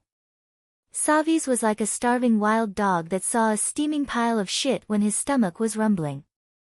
He almost pounced on it. Ignoring the rain, Savis leaned against the side of the pool, his palms pressed against the decorative porcelain, looking like he wanted to take off his clothes and jump in. How could Grom, who was ready to beat someone up, look at this? Master Ho's face was about to crumble. Duque's whisper of the wind reached Grom's ears unhurriedly. You don't understand the so-called High Elves' obsession with power. For the sake of magic, they've already turned the Well of Eternity blacker than coal. Therefore, this color and this degree of evil are nothing. Ah! Is that even possible? Grom's eyeballs almost popped out of their sockets. If Savi's was the only one acting like this, then it could be said that Savi's and Duque were putting on a show together. However, the two elven arcanists who came with Savi's also stretched their necks, looking as if they couldn't wait to rush over and see what was going on. They were very excited by that pool of black sesame paste. All right. You city people, oh, Pharaoh, really know how to have fun. Anyway, we, who play with axes, don't understand. Grom was finally convinced. Duque wasn't bluffing. At that moment, in Azhara City hundreds of kilometers away, the storm had caused the dark lake water in the Well of Eternity to become turbulent, as if it was surging. In the distance, it set off a huge wave that almost covered the Azhara Palace. The black waves roared and slapped each other in the air, bursting with arcane energy. In the sky, lightning flashed and thunder rumbled as if 1,000 violent dragons were charging from the shore. As someone who had just teleported from the palace and witnessed the violence of the Well of Eternity and the calm of the pool of evil energy, Savi's still cheered. This energy is so stable. Yes, this was Duque's vomit, and the best part had been converted by Duque. But no matter how many impurities there were, it was still the purest dark energy in the twisted nether. The concentration of magic was not at the same level as the Well of Eternity. But unlike the high-purity magic well water in the Well of Eternity that could not be used directly, Duque's inferior dark energy could be easily absorbed by living beings. It was because he could see this at a glance, and with Duque using the Burning Legion's name to swindle people, that Pharaoh, who was of a high level like Savi's, did not doubt him at all. Duque was cold and arrogant, and his "I'm your boss" aura instantly dominated the scene. Purification is such a simple thing, and you want me, the Grand Lord of the Burning Legion, to do it? Not to mention these pollutants, even if Duque pooped a pile of *T, Savi's would probably eat it. He had that pride. You little night elves want to ride on my coattails, right? Now that the coattails are here, kneel and lick them. You want power, right? I gave it to you, but what about your sincerity? Duque did not say a word, but his eyes and his aura said so. Duque's eyes were filled with undisguised murderous intent. Savi's, know your place. If you don't satisfy me, don't blame me for starting a massacre. Savi's shuddered. The carrot and the stick always arrived at the same time. Since the Grand Lord of the Burning Legion had fulfilled his promise, it was obviously time to pay the bill. Savi's, this bastard who cheated his dream lover, his country, and his compatriots, decisively sold himself and his resources. Lord Mark Dooku. My direct subordinates and I are willing to offer our souls to the army. I will also bring Her Majesty Queen Azhara here to pay her respects to you within today. Savi's words were resolute and sonorous. Selling souls and lives just like that. Grom, who was watching from the side, felt his teeth ache when he saw this heroic and righteous act. At this moment, Grom finally had the most direct and deep understanding of how crazy the ancient night elf mages were when it came to pursuing power. Duque did not even lift his eyelids. He snorted in disdain and pointed at the black sesame paste on the floor in front of him. Even in the eyes of the beast men who did not like cleanliness, that place was filthy and smelly. Savi's, on the other hand, was like a dog chasing a bone. He crawled over respectfully and prostrated on the black mud and rainwater, his forehead touching the ground. My lord, please grant me power. It was not just him. Even the radiant moon elven wizard who came with him knelt on the ground. Duque's lips parted slightly. Dark energy is powerful. Dark energy is also great. It is the noble power that the great commander, Sargeras, bestowed upon the chosen races that transcend the mortal world. Weak trash has no right to receive dark energy. As Duque's voice grew louder and louder, like thunder, an IMAX screen appeared behind Duque. It was a huge illusory screen that was 15 meters tall. Look up. Look at the fate of those inferior races. The faces of the 3 elves who looked up were twitching. This was because in the image, over 20 creatures of different races had exploded and died. But the one who succeeded in the end showed an incomparably powerful increase in power. Duque was majestic and domineering. Savis. Let me ask you, are you willing to accept the baptism of dark energy under the flag of the Legion?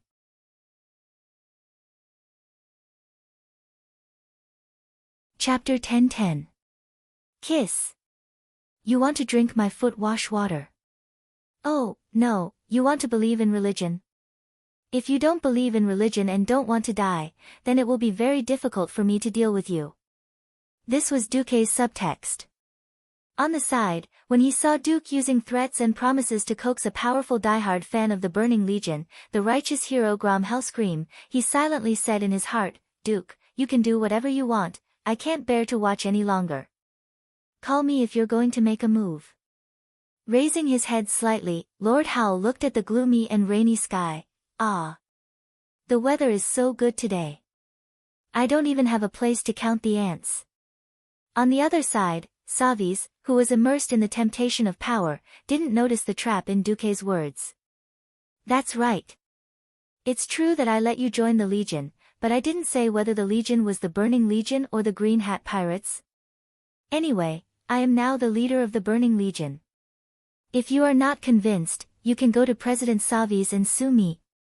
If you can see through my true identity and prove that this young master harbors ill intentions. As a result, of course, Savis believed in Duque's evil. It was like saying that classic sentence to the other half in a cathedral full of yin-yang fishes and blessings of Ami Tofu. Savis said with sincerity and fanaticism, I am willing. Grom, who was next to him, suddenly felt very lucky that he didn't drink too much water at lunch, otherwise he would have laughed out loud on the spot. He really didn't understand why Savis chose to believe in Duque's evil even though he knew that it was extremely risky and that he could easily lose his life. Grom wanted to ask more questions than the sky. In the words of a transmigrator, he wanted to ask Savis, are you stupid? In fact, Grom couldn't be blamed. As a beast man, he could never understand the desire of the High Elves for power. At the same time, it was impossible for him to know how many modern scams Duque, a super transmigrator who had transmigrated twice, had seen in the Celestial Empire on Earth. This was actually a psychological bait. First of all, it was to grasp the psychological needs of the target. You want power, right? I do. Then, he would repeatedly use psychological hints to hint to Savis, such as, your chances of winning the 20 million lottery are definitely higher than your chances of earning 20 million with your own hands. After becoming a breaking dawn and being unable to advance even an inch, Savis, who had been anxious for who knew how many centuries, was naturally more impatient and prone to losing his rationality. What followed next was the results of the series of digging holes. Publicly, Duque had the endorsement of Kill Jaden, the big boss of the Burning Legion. With his 4 identities as the Neighborhood Committee, the Jarmite Police Department, the Federal Bureau of Investigation, and the Homeland Security Bureau, he had helped Duque prove that his grandfather was his grandfather. From the very beginning, he had beaten Sarvis into submission. Generally speaking, if any Burning Legion liege were to forcefully descend upon Azeroth, their combat power would be reduced by 80 to 90% by planet Azeroth's protection circle. However, Duque was an authentic Azeroth man. When Nozdormu threw Duque back to 10,000 years ago, how could he not know about the backdoor he had left behind? So, Duque had brought back almost all the power he had obtained from the Twisting Nether. Duke, in his strongest Shadow Priest form that no one had ever seen in 10,000 years, had descended after being filled with dark energy. As soon as he descended, he beat up almost all the mortal powerhouses, completely shocking Savis and the other clowns. In the end, even if Sarvis was as cunning as a ghost, he had no choice but to jump into the fire pit. Duque did not even lift his eyelids as he said in a deep voice, offer your soul to the Legion. Duque drew a line with his finger, and an illusory soul scale appeared in front of Sarvis. It was a scale in the style of the Burning Legion. The base was an imitation of the old Kill, Jaden's demonic hand, and then the two ends of the scale. One end was naturally left for Sarvis, and the other end was a glassware, which contained a ball of flickering yellow-green light of dark energy. Anyone could tell at a glance that this ball of dark energy was pure and powerful. It was hundreds of times better than the pool of mushy seeds in front of them. This was a special offering. Sarvis suddenly came to a realization. The more souls he offered, the more loyal it represented, and the more power he could obtain. It was very fair. There was nothing wrong with it. At first, he had only intended to offer 20% as a token of goodwill. But as things progressed, he felt that it would be embarrassing to offer less than 30%. Now it seemed that less than 40% was not appropriate at all.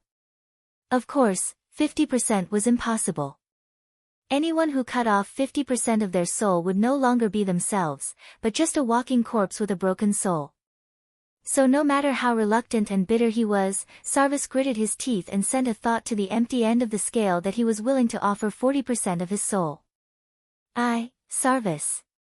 In order to prove my loyalty to the Burning Legion, I am willing to offer 40% of my soul to the Legion's emissary, Lord Infernal Emissary. After saying that, Sarvis seemed to have lost all his strength. Well said. With a smile on his face, Duque suddenly appeared out of thin air. With a demon's head as the blade, a soul dagger gleaming with dark energy suddenly appeared, and slowly cut down towards Sarvis. After Sarvis let out a scream, his body twitched, and a few seconds later, he slumped to the ground as if dead. When did Duque learn to cut souls? Please, this was a necessary self-cultivation for the Burning Legion's leader, okay? If he wanted to mingle in the Burning Legion, he had to learn how to capture other people's souls, and he still had the cheek to call himself a leader. Before Duque left, he had made a lot of promises to exchange for this essential leader skill from the Eridar Gemini. Of course, after the analysis of the system genie, Duque had secretly cancelled the trick left behind by the Gemini. Cutting souls was a technical job. Forcibly taking out the other party's soul from the body was very difficult, and the prerequisite was that your soul's strength far surpassed the other party's. And it was strenuous and unrewarding, because forcibly cutting the other party's soul would also consume one's own soul power. But it was different if the other party offered it willingly. It was even easier than using a knife to cut butter. As long as this soul was in Duque's hands, in the future, as long as Duque squeezed it, Sarvis's soul would not collapse, and his soul would be destroyed, but his strength would be greatly reduced, and he would become useless. Since Sarvis had jumped into the pit, Duque naturally accepted it with a smile. Using the newly learned method, after solidifying Sarvis's soul, he sealed it in a special soul container and put it away. Duque smiled. On behalf of Lord Sargeras, I bestow upon you, Sarvis's power. A green light of evil energy flicked out of his fingertip and flew to Sarvis's head, forming a green crown, which was placed firmly on Sarvis's head.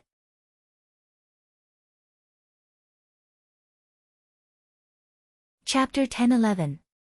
Sarvis could clearly feel that the shackles that had bound him for countless years were beginning to be unlocked under the push of this brand new power. All over his body, the 100,000 pores, were seeped into by this powerful and surging power. It brutally rushed into his body, entered his magic circuit, and with an unparalleled will, occupied every corner of his body. It was like a conqueror, branding every organ and every cell with dark powers. From the dimmest 6th grade star, it began to soar. 5th grade star. 4th grade star. 3rd grade star. The breaking dawn magic power that had not increased for many years had actually increased by 3 grades in one go. Sarvis could not help but tremble with excitement. Power. Is this the taste of power? Sarvis straightened up and looked at his slender fingers that seemed to have grown sharp claws, but he did not care. Instead, his face was full of ecstasy and excitement. However, all of a sudden, the power that seemed to be expanding endlessly in his body came to an abrupt stop. This made Savis suddenly fall from the clouds of happiness to the ground. He looked at Duque with a face full of surprise. He did not know what was going on. Although it was good, why was it different from what he had imagined? There was a strange and mysterious smile in Duque's smile. The army never raises trash. To measure the value of an existence, one is to look at his loyalty, and the other is to look at his actions. Go. Push for the opening of the portal to welcome the army into Azeroth. The day the portal opens will be the day you get the power you dream of. Savis suddenly came to a realization. That's right. Loyalty was important. But ability was also the key. Those who had loyalty but no ability were useless trash. Not to mention the army, even he did not like those incompetent subordinates. There was nothing wrong with the scheming of an emperor. He still remembered that when he was communicating with the void, Savis in the spiritual world stood in front of a blazing sphere, looking at the crack in the middle with full attention. In the depths of the sphere, the eyes of God were also looking at him. I heard your pleas.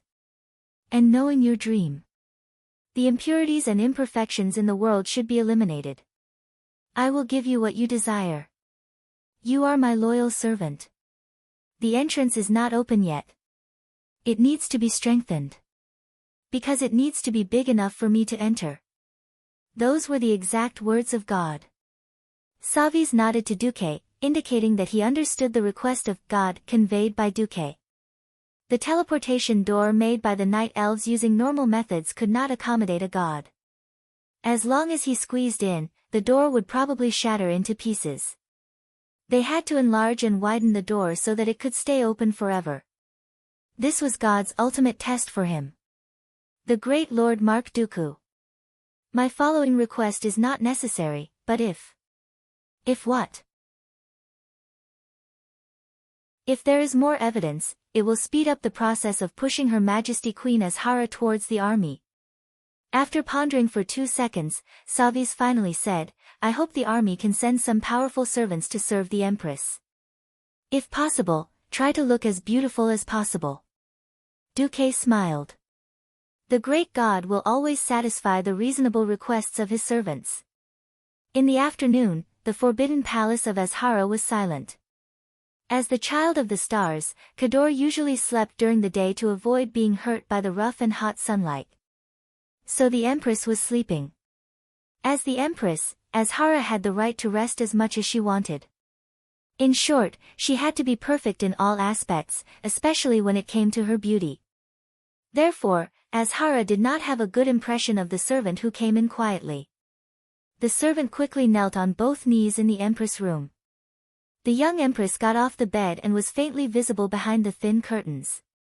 Your Majesty, please forgive me, but the chief advisor wants to tell you something.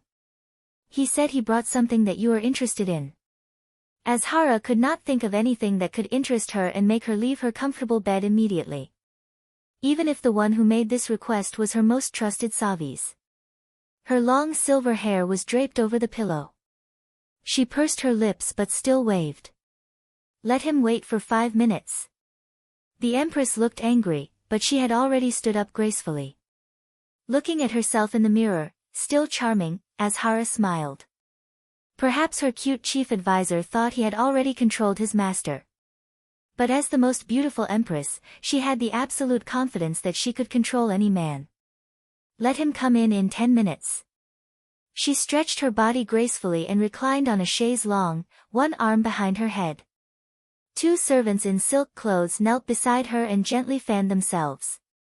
Seeing Savis enter quickly, Azhara slightly adjusted her posture so that the contours of her most seductive body could match the light and be displayed in the most perfect way. The Empress would always speak in the most melodious and moving voice. My dear Savis. Since you want to see me at this time, you must have something very important to tell me. The Empress' hand seemed intentional, but also seemed unintentional. It gently slid over her smooth thighs, making the curves of her body even more exquisite and curvaceous. Please forgive me for taking some time so that I can adjust to my best state to see you. Looking at Savi's, whose throat made a swallowing motion, the Empress' smile became even more charming. Savi's heart tightened. He went forward and knelt on one knee. Staring at the white marble floor, he replied, "Source of all light, the most beautiful existence in the world, thank you for giving me this opportunity to see you. I am very bold to disturb you, but I have brought you a very interesting gift. This gift is truly worthy of you, the Queen of the Night Elves, the ruler of the world. Can I summon them up?" He glanced at her and found that these words had definitely attracted the Empress' attention. The Empress' eyes showed increasing curiosity and desire through the veil. Azhara was no longer in a lazy posture. Instead, she sat up and leaned against the back of the chaise longue. Her limbs were slightly tense because of nervousness. "You have whetted my appetite, my dear Savis. I permit you to present the gift." The counselor stood up, turned around, and snapped his fingers toward the door. There was never a lack of guards when it came to presenting gifts. Surrounded by guards, Queen Azhara's breathing suddenly quickened, and then her face flushed with excitement. There were 4 incomparably tall demon guards and 12 elf maids wearing only underwear and cicada-thin gauze draped over their shoulders. If the wildness of the demon guards could satisfy the Empress' sense of security. However, the powerful magical waves emanating from the maids with mysterious glowing patterns on their bodies deeply attracted the Queen's attention.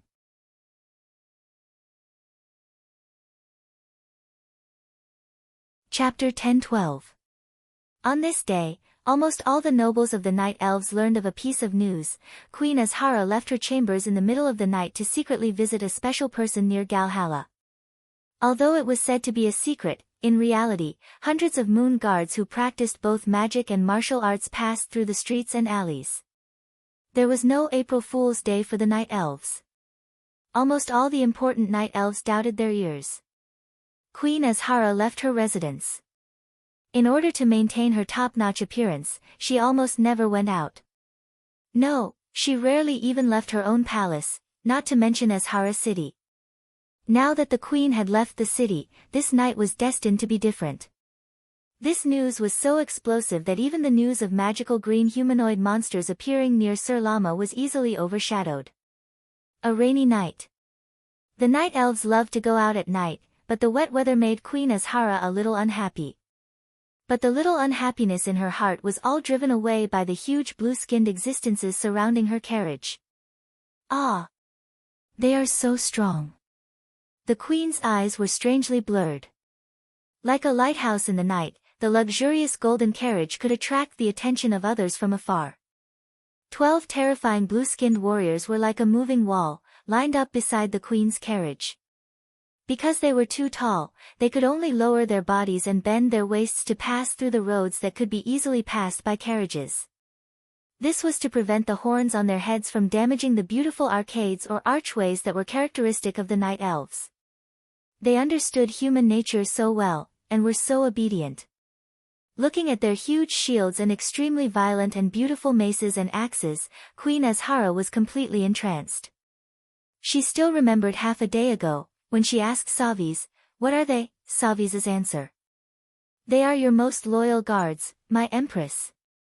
Protecting your life is their responsibility, and the only reason for their existence." Although 12 Heaven Realm warriors was a little, Savis promised that there would be more and more Heaven Realm warriors sent by God in the future. But these 12 were the first batch, and they were all sent for the queen. Azhara, who was deep in thought, stretched her hand out of the carriage window. Like a child who had just touched a new toy, her fingers lightly touched the bronze armor of a demon guard, making a hissing sound.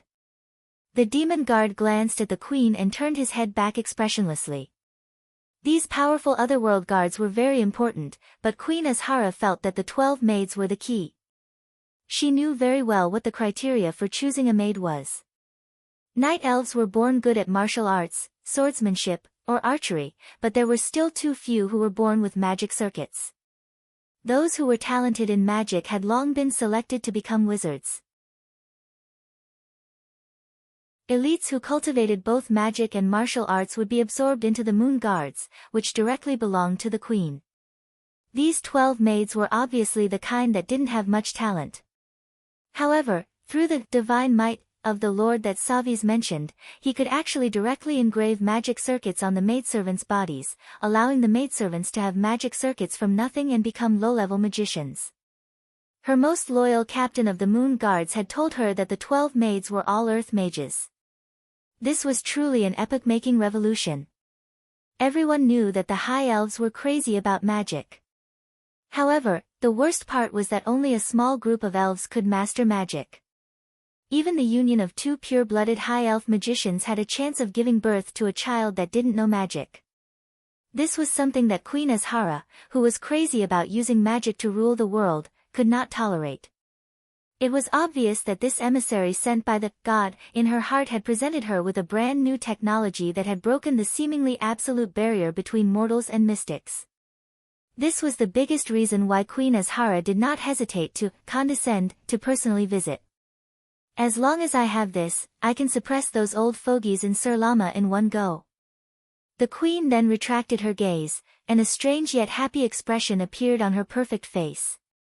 It seems that I have to make up my mind. At the same time, in the royal villa where the dirty moon well was located, there was not a single night elf within a 100-meter radius. Duque was like a child playing with graffiti, doodling the dark energy that was so precious to the high elves. Seeing Duque messing around with the dark energy that had once tortured the orcs to the brink of madness, Grom sighed. Duque suddenly spoke in orc language. Do you know the history of Azeroth? Grom shook his head. I've never had the time. When the orcs came to Azeroth, they were initially conquerors, and when they failed, they became survivors. As if he had thought of something, Grom added, according to my rough understanding, the Burning Legion was defeated in this ancient war, right? That's right. It was supposed to be like that, but it seems that someone wanted to change the ending. That's why Nozdormu sent us here. Our mission is to ensure that this part of history does not change, right? Grom bared his teeth. Duque did not answer directly, and instead said, if nothing unexpected happened, would you be willing to run back to 10,000 years in the future? Be willing. The answer was obviously no. If Grom was still that arrogant orc, and his mind was filled with the idea of orcs beating all other races, then it would not have mattered. But after witnessing the Burning Legion's massive fleet in the Twisted Nether, and witnessing the massive demonic army that devoured and destroyed countless planets, Grom could not help but have a thought that would make a hero like him shudder. If he did not do something, even if the demons that descended on the world of Azeroth were only left with 1/100th of their power, the Burning Legion could just use their lives to fill the gap, and all life on Azeroth would die. Grom's tone was as firm as nails as he enunciated each word. No. Will. Heart. Then let us play it big. A mysterious smile appeared on Duque's face. All right. Not long after, the sound of quick and light footsteps surrounded the entire royal villa. The strong and magical moon wardens quickly occupied all the important positions in the mansion. After knocking lightly on the door and getting Duque's permission to enter, Savi's entered and nodded at Duque and Grom. Savi straightened his clothes and chanted, Light of the eternal night, the most beautiful and powerful existence in the world, Her Majesty Azhara of the Kaldoriai Empire, has arrived.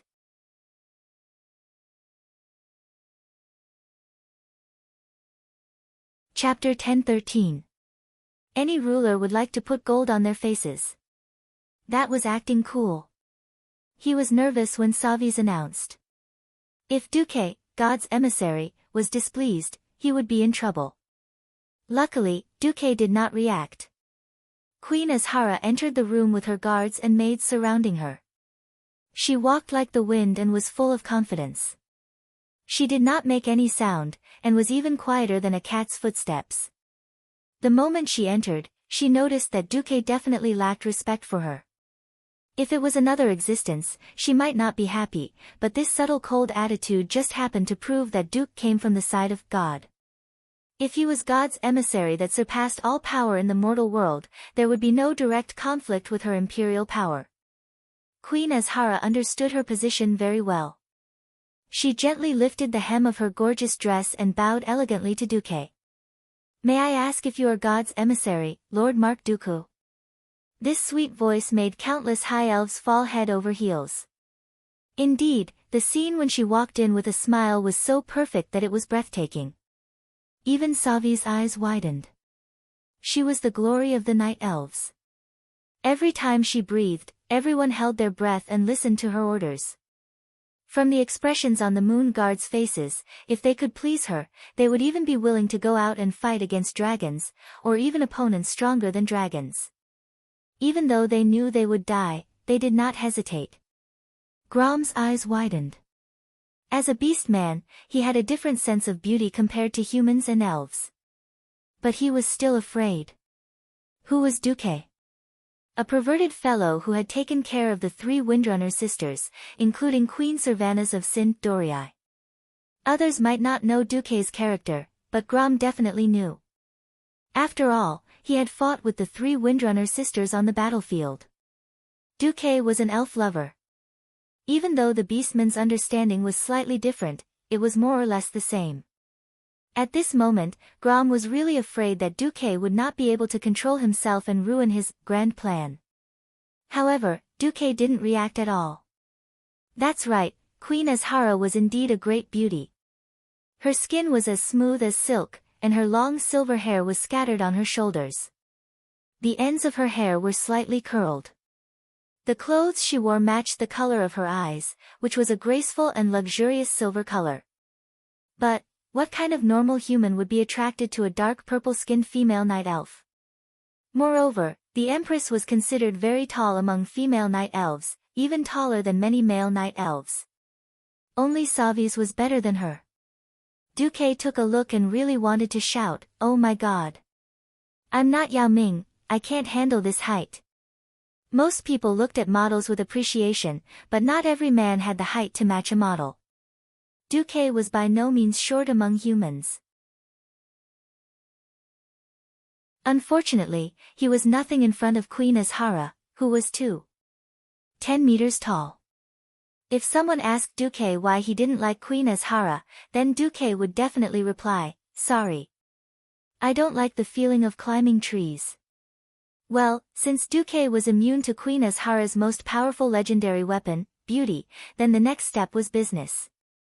Facing Queen Azhara's question, the super cool best actor Duque slowly stood up from the chair, and a terrifying dark aura bloomed from his body.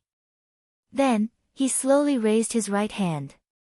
Queen Azhara gently waved her hand to stop the nervous moon guards. At such a close distance, she could clearly feel the powerful, surging, ocean-like magic power on Duque's body. However, she was good at manipulating people's hearts, so she didn't feel any killing intent from Duque, nor did she feel any signs that he was going to harm her. Then, Azhara saw a ring on Duque's right little finger that emitted a terrifying aura of destruction. On the ring was the head of a 2-horned demon that seemed to be burning with flames. The exquisite craftsmanship made the head look like it was alive. What she saw was not a small head on a ring, but a giant that was so huge that it could support the heavens and the earth, a flame giant that was bathed in flames. "High Elf Azhara. Kiss this ring with the head of my Lord Sargeras. Show me your sincerity." Duke's voice was majestic, but it also had a kind of ethereal feeling. It was like the sound of a morning bell from a tall building in the distance, and it had a kind of penetrating power that could shock people's hearts.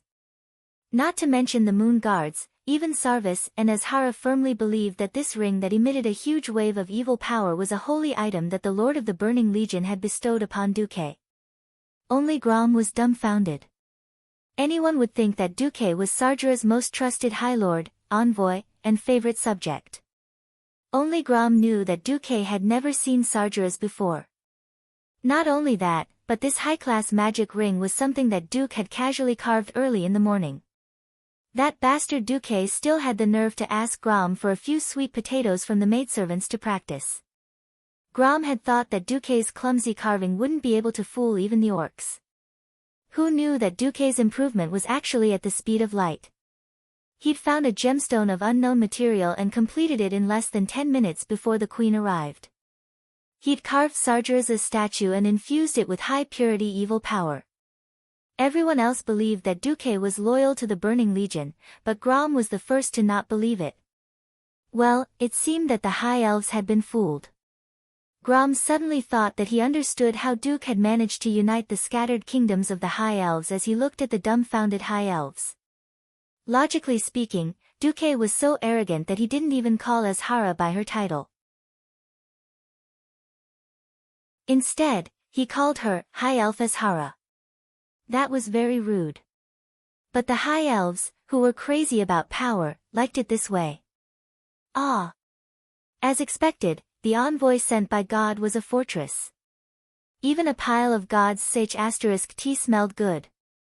After Duque had pulled in the demon guards and displayed the era-transcending technique of carving evil power circuits in the human body, as well as the powerful magic waves, they were dead set on believing that Duque would bring them what they'd always been seeking, power that transcended the mortal world.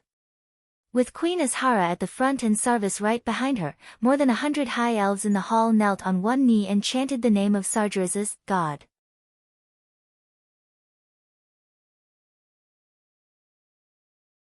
Chapter 10:14. That's right, Azhara was taller than Duque. After kneeling and lowering her noble head, she was just a lowly existence compared to Duque. A pair of soft hands carefully held Duque's hand as if he was holding a holy relic. Queen Azhara slowly moved her beautiful face closer to Duque's fingers, and slightly opened her purple lips that looked like they were painted with lip gloss. The lips that countless High Elves dreamed of gently kissed the ring on Duque's finger. Ah, a lingering moan could easily make a man think of some adult toys. Her eyes were blurry, her face was flushed, and that terrible ending sound made almost all the Night Elves look up secretly, but only Azhara was enjoying herself. Oh, this power! This sweetness! High purity and low concentration of dark power flowed down her lips and down her throat. The warm feeling quickly spread from her stomach to every inch of her blood vessels, and into every cell. Azhara could clearly feel her body rejoicing, excited and ecstatic at the injection of this new power. Queen Azhara finally confirmed that this was indeed the power of a god, the most perfect power given to the High Elves by the heavens. Even though she longed for more dark power, Queen Azhara was a very sensible woman. She took a step back and knelt in front of Duque. I, Azhara, feel the power of a god. My lord's messenger, great Lord Dooku. Please read the will of God. The queen knelt in front of him, her beautiful silver hair draped over her bare shoulders. Her gorgeous dress spread out on the ground made Azhara look like a blooming violet. If it wasn't for the fact that the queen did not conform to human aesthetics, perhaps this would be a very erotic scene, since it had nothing to do with hobbies, then of course it was official business. Duque calmly retracted his hand and said in a clear voice, "The will of Lord Sargeras is for you to offer up the Well of Eternity as a reward for your promotion. You will be granted great dark energy and true immortality. As for the first step, I hope that you can quickly build a giant teleportation gate that is big enough for my lord and the Burning Legion to pass through. Do you have any objections?" Azhara frowned and said with some difficulty, "The High Elves have no objections, but there are many Night Elves who reject arcane magic. They believed in the moon goddess, Elun, and the way of nature. I think they will firmly reject the Lord's arrival." Duque sneered. "Then, why can't we find a way to prevent the outside world from interfering with our plan to build the portal? This will make things much easier for you in the future." Savis, who was kneeling at the side, raised his head and opened his mouth as if he wanted to explain. The natural division within the Night Elves was very difficult to unify. But when the words were on the tip of his tongue, he realized that there was nothing he could say. If it could be done easily, they would have done it long ago. Azhara was a little confused about Duque's words at first, until Duque added another sentence. "I mean, to forever avoid interference from within." This time, both Azhara and Savis understood. Their faces turned pale in an instant. Duque was hinting that if negotiations and political means could not solve the problem, then they should prepare for war. "Azhara, you are a queen." Duque commented on Azhara as if she was a passerby who had nothing to do with him. His deep black eyes gazed into her golden eyes, and his gaze gradually became stern. But if a queen can't even control her own subjects, then it means that she is not worthy of the crown on her head. I think you understand what I mean. Of course, my lord hopes that there was only one Azhara in the past, and in the future. Duque's words were quite artistic and very sharp. The queen and Savis left in a daze. They saw hope and a way to obtain new power, but they were also forced into a dead end. Either they raised their butcher's knife against those nature elves who were unwilling to submit, or they offended the extremely powerful god that they worshipped very much. He could either raise his butcher's knife against the nature elves who were unwilling to submit, or offend the god that he worshipped and possessed immeasurable power. Worst of all, Duke had only given them 3 days to think it over. Almost as soon as the night elves left, Grom looked at Duke with a toothache. Almost as soon as the night elves left, Grom looked at Duke with a toothache. Why are you looking at me? Grom asked. Did you forget that I told you about the original direction of this history? That's right, Duke had indeed confessed this part of history to Grom. Lord Roar also knew that it was Queen Azhara who had sided with Sargeras that led to the famous ancient war in the world of Azeroth. Even though he knew this was the case, Lord Roar still felt his balls ache. At the thought of Duque seriously luring others to kill their own kind, and possibly succeeding, Grom felt a pang in his heart. If Duque used similar methods against the tribe in the future, would the tribe be able to withstand Duque's schemes? No matter how he looked at it, after being cursed by Arkharon and undergoing the dark power baptism, Duque seemed to have a lot more evil tricks up his sleeves. Grom struggled for a while, but still asked. If he did not ask, he was afraid that he would go crazy. Aren't you afraid that Queen Azhara will suddenly attack and really destroy the night elves that originally belonged to the victor's side? Or are you going to secretly inform the night elves when the queen makes her move? Duque wagged his right index finger proudly, and then handed Grom a list written in Khador. This is a list of the moon guardians provided by Savis. According to Savis, these are the strongest who are absolutely loyal to the queen in both magic and martial arts. If I am willing to use dark power to strengthen them, please choose from these elves first. Grom gritted his teeth for a long time. I don't know Elven language. No. I just want to tell you that I saw a very interesting name in this list. Duque pointed at a name. This name is Illidan Stormrage. Illidan. Grom did not react to the name at first. After all, he was not a true transmigrator. After all, they had just fought the Battle of Mount Hyjal. Even if Grom did not want to care about the Night Elves, he at least remembered who had fought alongside him on the Night Elves' side. Grom's heart suddenly tightened. He suddenly understood. Duque's smile was incomparably pure. Yes. Pure as a fox. Illidan's brother is called Malfurion. At this point in time, the woman they are madly pursuing is Tyrande Whisperwind.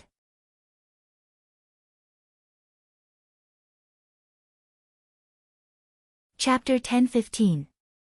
Grom definitely wouldn't recognize the Night Elves, but Tyrande had just worked with him. How could she not recognize him? Grom was speechless. Duque, that bastard. He even calculated this. If Queen Azhara wanted to attack the Nature faction, she wouldn't be able to bypass her most trusted and strongest subordinates, the Moon Guards. Unfortunately, the Moon Guards had the biggest traitor of the Nature faction, and one who had direct access to the higher-ups. It would be strange if the Queen faction could succeed. Grom really didn't want to ask where Tyrande and the Stormrage brothers were now. They shouldn't be low anyway. Grom's guess was right. Tyrande was already the leader of the Elune sisters at this point in time, and Malfurion had been studying under the demigod Cenarius for a long time. Once the two of them were alarmed, it would be like pulling out a radish with mud. Grom didn't give up. Is it good to cause chaos among the Night Elves now? Duque asked in return. Do you think the Night Elves will suffer heavy casualties from the ambush of their own kind, or from the ambush of the Burning Legion? Besides, Jaden will definitely send other strong people to open the portal apart from me. Since we have to ensure that the core of this history isn't changed, why don't we control the pace of things? Duque's words made sense. Lord Howl was speechless.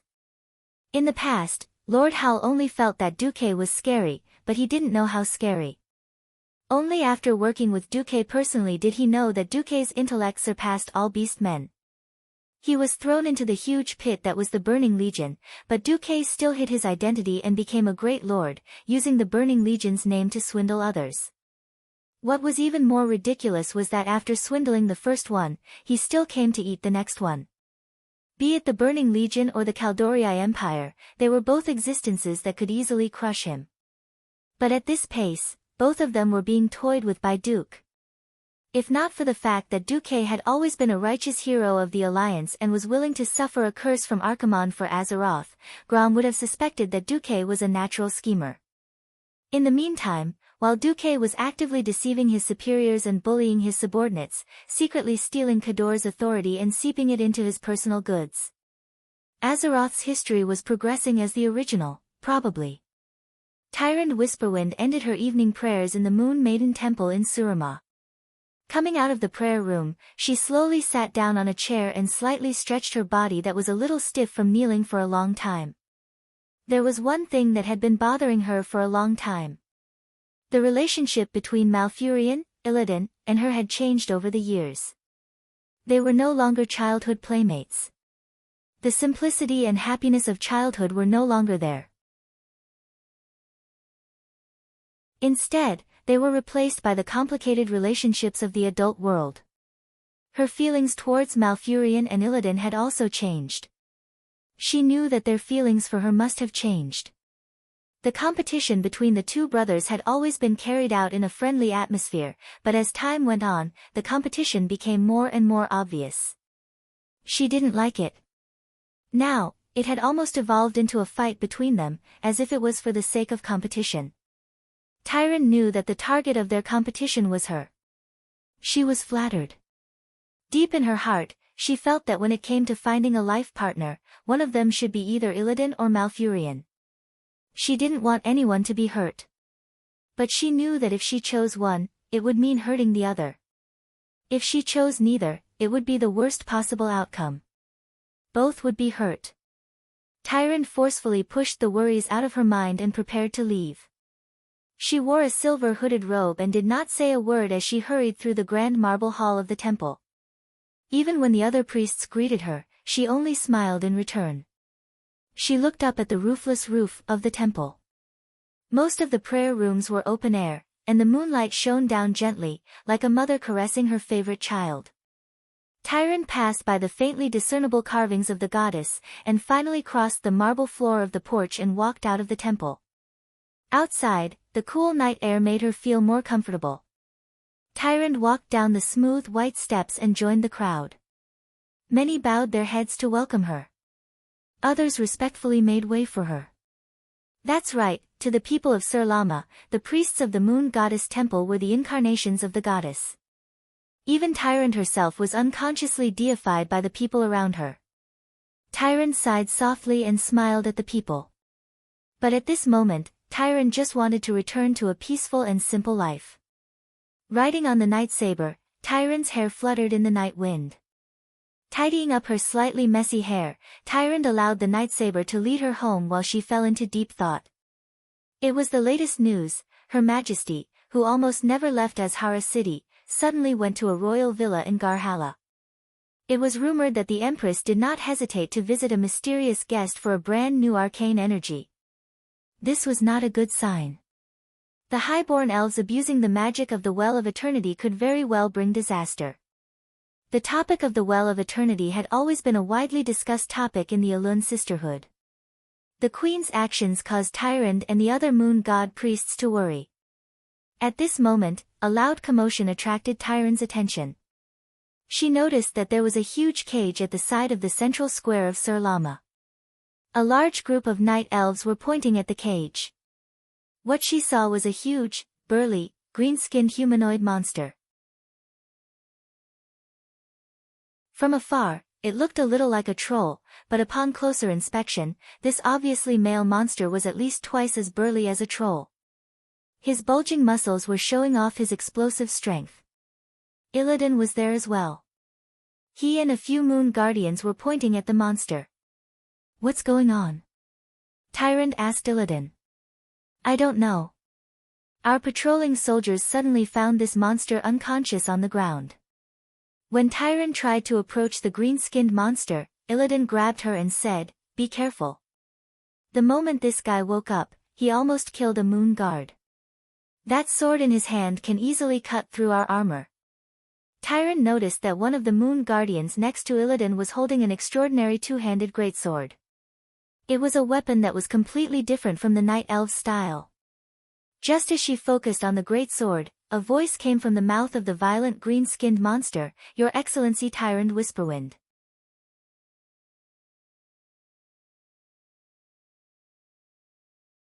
Chapter 10:16. Tyrant jumped in fright, but she was certain that the green-skinned creature had said her name in the terrible Kadori language. "You can speak Kador." Not only Tyrant, but even Illidan was shocked. He swore that before the green-skinned monster was escorted to Sir Lama, none of the elves had mentioned Tyrant's name in front of the green-skinned monster, let alone her full name. The green-skinned creature bared its fangs and mumbled some Kador syllables. It did not have the elegant and artistic tone of the elves, but it was still Kador. "I, Kador, am not good at it." The corner of Tyrant's eye twitched slightly, and she turned her head. "Illidan. Let him go."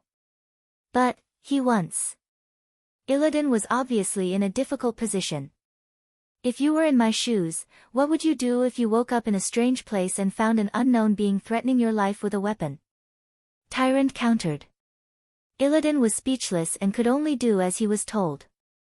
However, when he opened the door of the cage, he secretly held onto an elven dagger with his left hand. He had absolute confidence in his skills. Even if he could not stop this strange green creature with his instantaneous magic, he was agile enough to send the dagger into the creature's throat. Tyrant had a gentle smile on her face. She walked over and crouched down, chanting Elun's name. The goddess of the moon answered her prayer almost immediately, and a gentle white light descended from the sky. "Praise Elun." The surrounding elves knelt in response to the miracle. The huge wound on the green giant's left arm healed at a speed visible to the naked eye. Illidan sighed. Tyrant was too kind. For a monster of unknown race, she used a limited number of divine grace spells per day. However, this was also why he was so infatuated with Tyrant. Tyrant's lips moved slightly. "I apologize for the rudeness of my people. Please forgive their overreaction. After all, they suddenly found an outsider in our territory." "Yes. May I ask, what is your name?" "Apologize. My name is Blo. Gax. Not Kador, enemy." "That's right, this green-skinned fellow who was miserably captured and almost sent to the animal park to increase the ticket revenue was the orc hero Brock, who was sent here by Nozdormu to maintain history, and cause trouble, 10,000 years ago." Brock, who didn't expect to be separated, was dumbfounded. Fortunately, it was different from the original history that Duque knew. In the original history, Brock was thrown there without realizing it. This time, it was Nozdormu who had informed them beforehand. Thrall then hurriedly asked Duque to get a high elven mage to give Brock and Grom a language crash course. Sharpening a spear at the last moment, even if it's not bright, it's still bright. It had to be said that orcs really didn't have any talent for languages. Other than Orgrim and Thrall, most of the beast men were rough and boorish. No wonder the orcs were born with -2 intelligence in most Dungeons and Dragons games. Tyrant and Illidan took good care of Brock and moved him to a night elf inn. Even though the two sides had great communication difficulties, after a difficult night of detailed discussion, Tyrant finally understood one thing. There were 5 emissaries who came with Brock to the Kador Empire. Their goal was to stop a calamity that was about to affect the entire Kador Empire, and even the entire planet Azeroth. Burning Legion? The literal translation of the name made Tyrant's heart palpitate. Thinking of Queen Azhara's abnormal actions, Tyrande suddenly had an ominous feeling that a storm was about to arrive. She felt that she seemed to have seen through the fog of fate and vaguely grasped the direction of events. Illidan, go back to the Moon Guards first. If there's nothing important, don't contact me and Malfurion. Remember to keep your distance. Understood. Illidan suddenly felt a sense of eagerness. Tyrande rarely needed his help. It felt good to be trusted by Tyrande at a time when something big was likely to happen.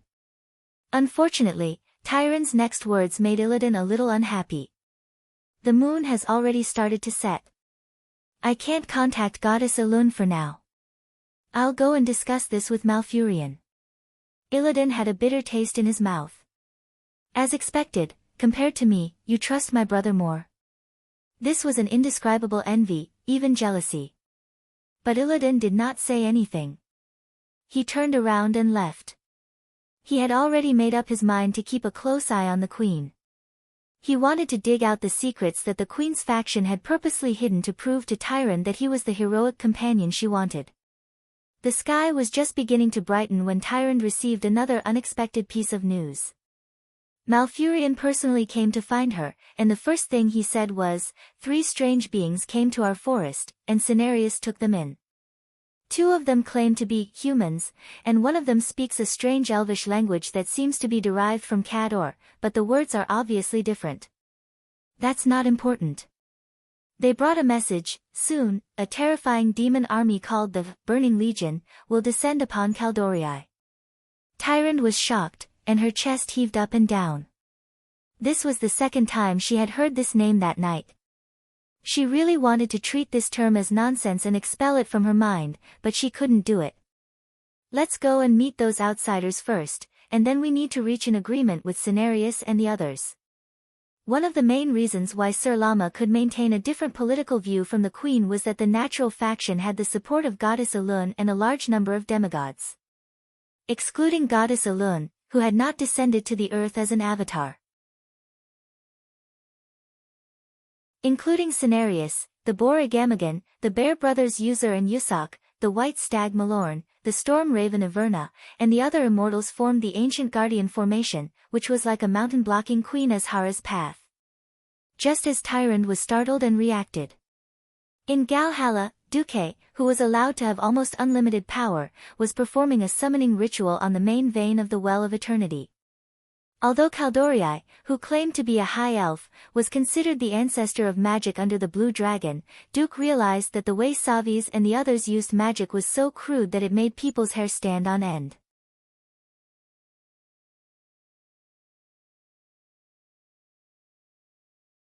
Chapter 10:17. Come to think of it, if there was an inexhaustible source of mana, then the priority would definitely be to create something grand and not to pursue efficiency. It was like a rich man with a net worth of tens of thousands of dollars for a meal. As a result, the habitual rough use of mana made many finer spells lose the opportunity to be developed. It was different in the future. The second Well of Eternity was made by Illidan after he stole a few bottles of pure Well of Eternity water and diluted it. The High Elf Sun Well was made by Dethrima after he stole Illidan's collection. It was an inferior third-generation product. Although the High Elves had always bragged about how awesome their Sun Well was, it might be true for humans without a mana source. But compared to the most primitive version of the Well of Eternity, it was as ridiculous as some Chinese daring to claim to have filled the entire Poyang Lake with a 330 milliliter bottle of mineral water. Since there was no way to provide an unlimited supply of mana, he could only work on techniques to make up for the lack of quantity. Didn't you see that the amazing, Phoenix Flame, magic circuit that should have been popularized had become the exclusive supply of the Sunstrider royal family? It was because the requirements for mana were too high that it couldn't be popularized. Because the High Elves had an inexhaustible power of the Well of Eternity, they neglected the various basics and the creation and optimization of magic circuits. As a result, once the mana that an individual could carry reached the upper limit, the strength of a mage would immediately peak. In turn, they would lose the various magic skills that should have been obtained through training. When Duque displayed extraordinary magic skills in front of Savis, what he received was, of course, a full house of applause. Duque drew a three-dimensional magic array with 7 floors. From bottom to top, there was a magic array on each floor. If one looked down from the sky and saw through it, they would find that it was 7 huge concentric circles. From a three-dimensional perspective, it looked like an inverted cone. When Duque finished drawing, the cat or arcanists were already kneeling on the ground. Duque used the incomparably cool, crystal pulse staff, as a magic pen. After he finished drawing the array, he elegantly let the staff return to his portal bag. Okay. Activate the magic array. You can attract more messengers of the gods. Duque's look of, "Don't ask me to do such a heavy job," made him look pretentious. Only Grom at the side knew that Duke was now AF** king priest. He really couldn't do the job of summoning. At this moment, in the distorted void, Jaden's long right index finger was drawing circles on a huge moonstone with his sharp nails. Her nails, which were strong enough to break gold and jade, easily dug out a handful of green powder from the moonstone. The Eridar twins did not even dare to breathe loudly.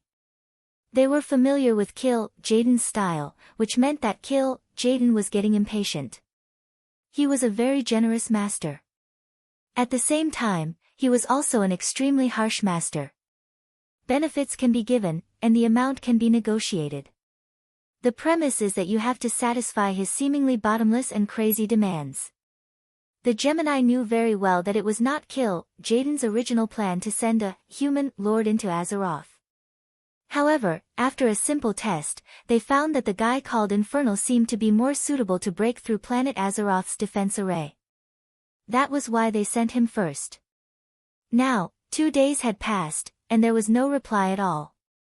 According to the previous agreement, they had to return to the distorted void as soon as they successfully logged in. Jaden suddenly said, 3 days. I'll wait until the 3rd day at most. If there's no reply, then you too will go.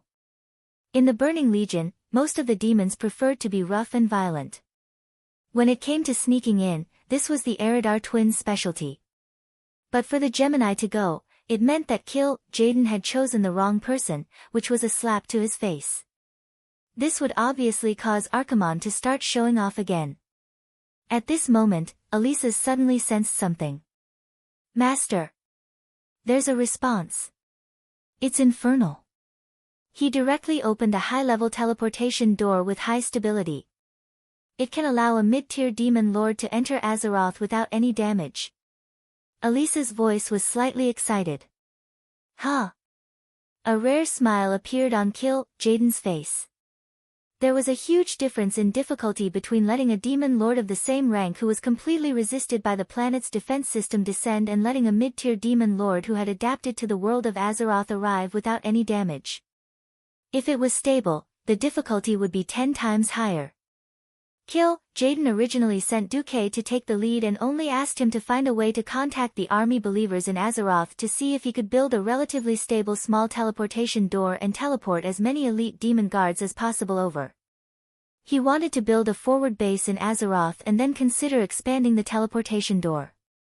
Now that Duque had directly completed the task, the Eridar twins who were responsible for recommending Duque were also proud. Elisa stepped forward. It seems that our new lord is very capable. I didn't realize that infernal spatial magic level was so high. This has completely surpassed the standard of mortals in Azeroth. Queen Sailoras smiled. He has already used his actions to prove his loyalty to the army. Master, do you think, on the surface, the twins were asking for a reward for Duque, but in reality, weren't they asking for credit for themselves? Jaden also smiled. I hate trash the most. But I'm never stingy with rewards for my capable subordinates. He waved his huge demon hand and 3 boxes that emitted a mysterious purple glow appeared in front of the twins. Give the last one to Infernal. The twins giggled and accepted it. Elisa's asked, Master, who should we send as a mid-tier lord? Jaden smiled evilly. didn't Archimonde always say that the second wave must be his subordinates? Then let Magtheridon go. In all fairness, Magtheridon was also a very powerful demon. If not for the fact that Duque had just dealt with Manaroth, the boss of the Abyss Lords, Magtheridon would definitely cause trouble for Duque. However, with that incident, it was clear who was the leader and who was the second. They were both intermediate lords. In the end, in the Mage Tower of Galhalla, the High Elves who kept chanting and pouring huge amounts of magic finally waited for the other oracle of their dreams. It was a giant demon with a lower body like a dragon and an upper body like a human. It was more than 30 meters long and 12 meters tall and wielded a double-headed heavy sword.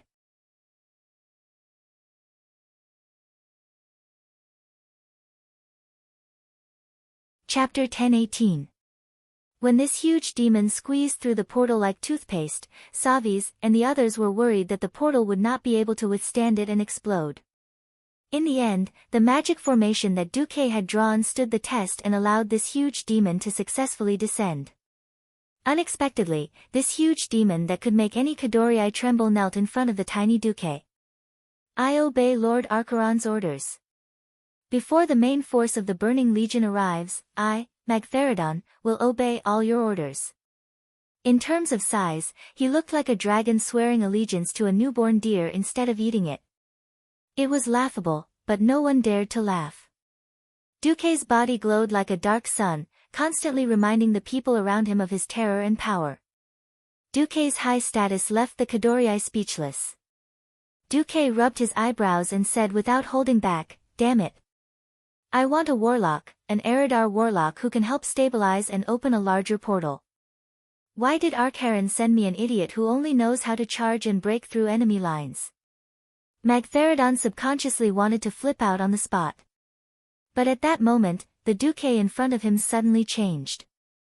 It was not a change in Duque's power, but in his aura. It was as if time had turned back and he had returned to his childhood, when he was watched by a group of fierce elders. It was a feeling of helplessness and terror. This terror was even greater than most of the Burning Legion's high-ranking lords. Magtheridon's dark green face immediately turned the color of pig liver. Anyone could see that he was sullen, but he did not dare to show it. Come to think of it, Duque had defeated his boss, Manaroth, in one move. If he really wanted to deal with him, half a move was enough. Feeling the surging dark power on Duque's body, Magtheridon, who had been slapped in the face on the spot, would do as he was told even if he had to break his long, horn-like tusks and swallow them himself. He once again lowered his huge demon head. Apologies. Great Lord of the Spiders. It is Lord Archeron's will that assigned me here. If you have any opinions, you can report them to the Lord. I am only responsible for obeying your orders. The first half of the sentence pointed out that there was still a boss behind me, but the second half was obviously a sign of fear. Such a colossus that exuded a terrifying aura was acting like a little wife who had suffered domestic abuse, admitting her grandson in front of Duque. This scene was as strange as it could be. Savis secretly sucked in a breath of cold air, his reverence for Duque involuntarily increasing. Of course, Magtheridon was the main culprit in this large-scale teleportation, but the total number of teleportations wasn't just enough to teleport an intermediate lord. Since the defense circle of planet Azeroth had not been completely cracked, no one knew when the next teleportation would be. Therefore, it was necessary to send as many troops as possible. If the maximum number of teleportation this time was 100, then Magtheridon would have more than 80 points. The remaining points would still be enough to send a lot of elite demons. Groups of demon guards and apocalypse guards stepped out from the wide-open teleportation gate. Apart from them, there were also many Eridar succubi. They wore the most sexy and provocative clothes, or rather, they wore shameful strips of cloth tied around their necks. The moment they appeared, they shamelessly winked at the high elf arcanists. From the old men to the arcanists who were obviously still young, they were all within their hunting range. Finally, nearly 1,000 demons knelt on one knee in front of Duque. According to Lord Kill, Jaden's orders, from this moment onwards, including me, Dog King Hacker, all 1024 demons will be under the command of Lord Kill, Jaden. The one who spoke was a demon officer bathed in flames and lava. He had a head that looked like a dog's head. Dog King Hacker was not the evil god Hacker that the trolls worshipped. This Hacker could only be considered a more powerful mid-level demon commander, and his strength was weaker than a lord's. Duque kept an eye on him, because this guy was trash in other aspects, but his special skills were rather interesting. Duque's gaze suddenly became sharp. His gaze, which was 10,000 times sharper than a sword, swept across the 1,000 demons from left to right. Then, Duque suddenly attacked. A black whip as thick as a pillar swept across the battlefield in 1/100th of a second. The terrifying strengthened version of Mental Whip was temporarily applied to every demon. Without exception, all of the demons fell to the ground, twitching in pain. Amidst the cries of pain, a ferocious expression appeared on Duque's face. Perhaps you haven't heard of me before today, but that's not important. From now on, I'm sure everyone has a very deep understanding of me. Now isn't the time for you to wantonly kill and destroy. When the time comes, I'll let you have your own fun.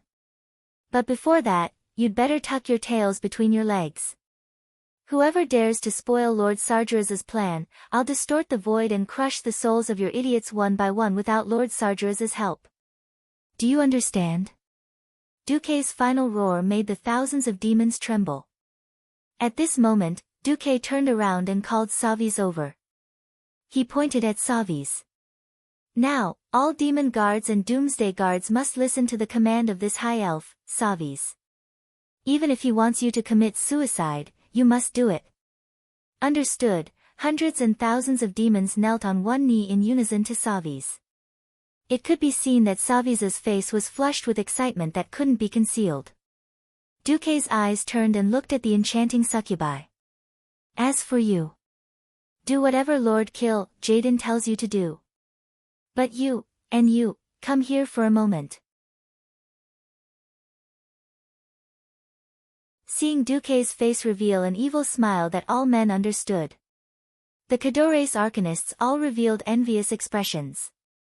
One reddish-brown, one purple, the two sexy succubi twisted their slender waists that would make single dogs drool. They wrapped their arms around Duque's waist seductively and followed Duque into the side hall.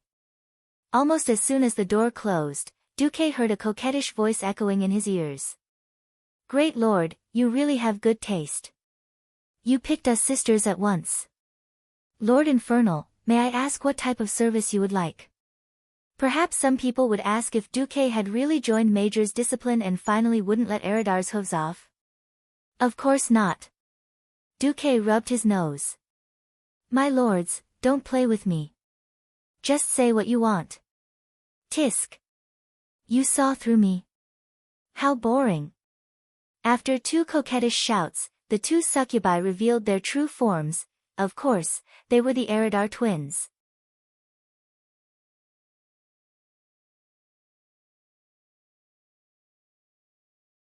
Chapter 10-19.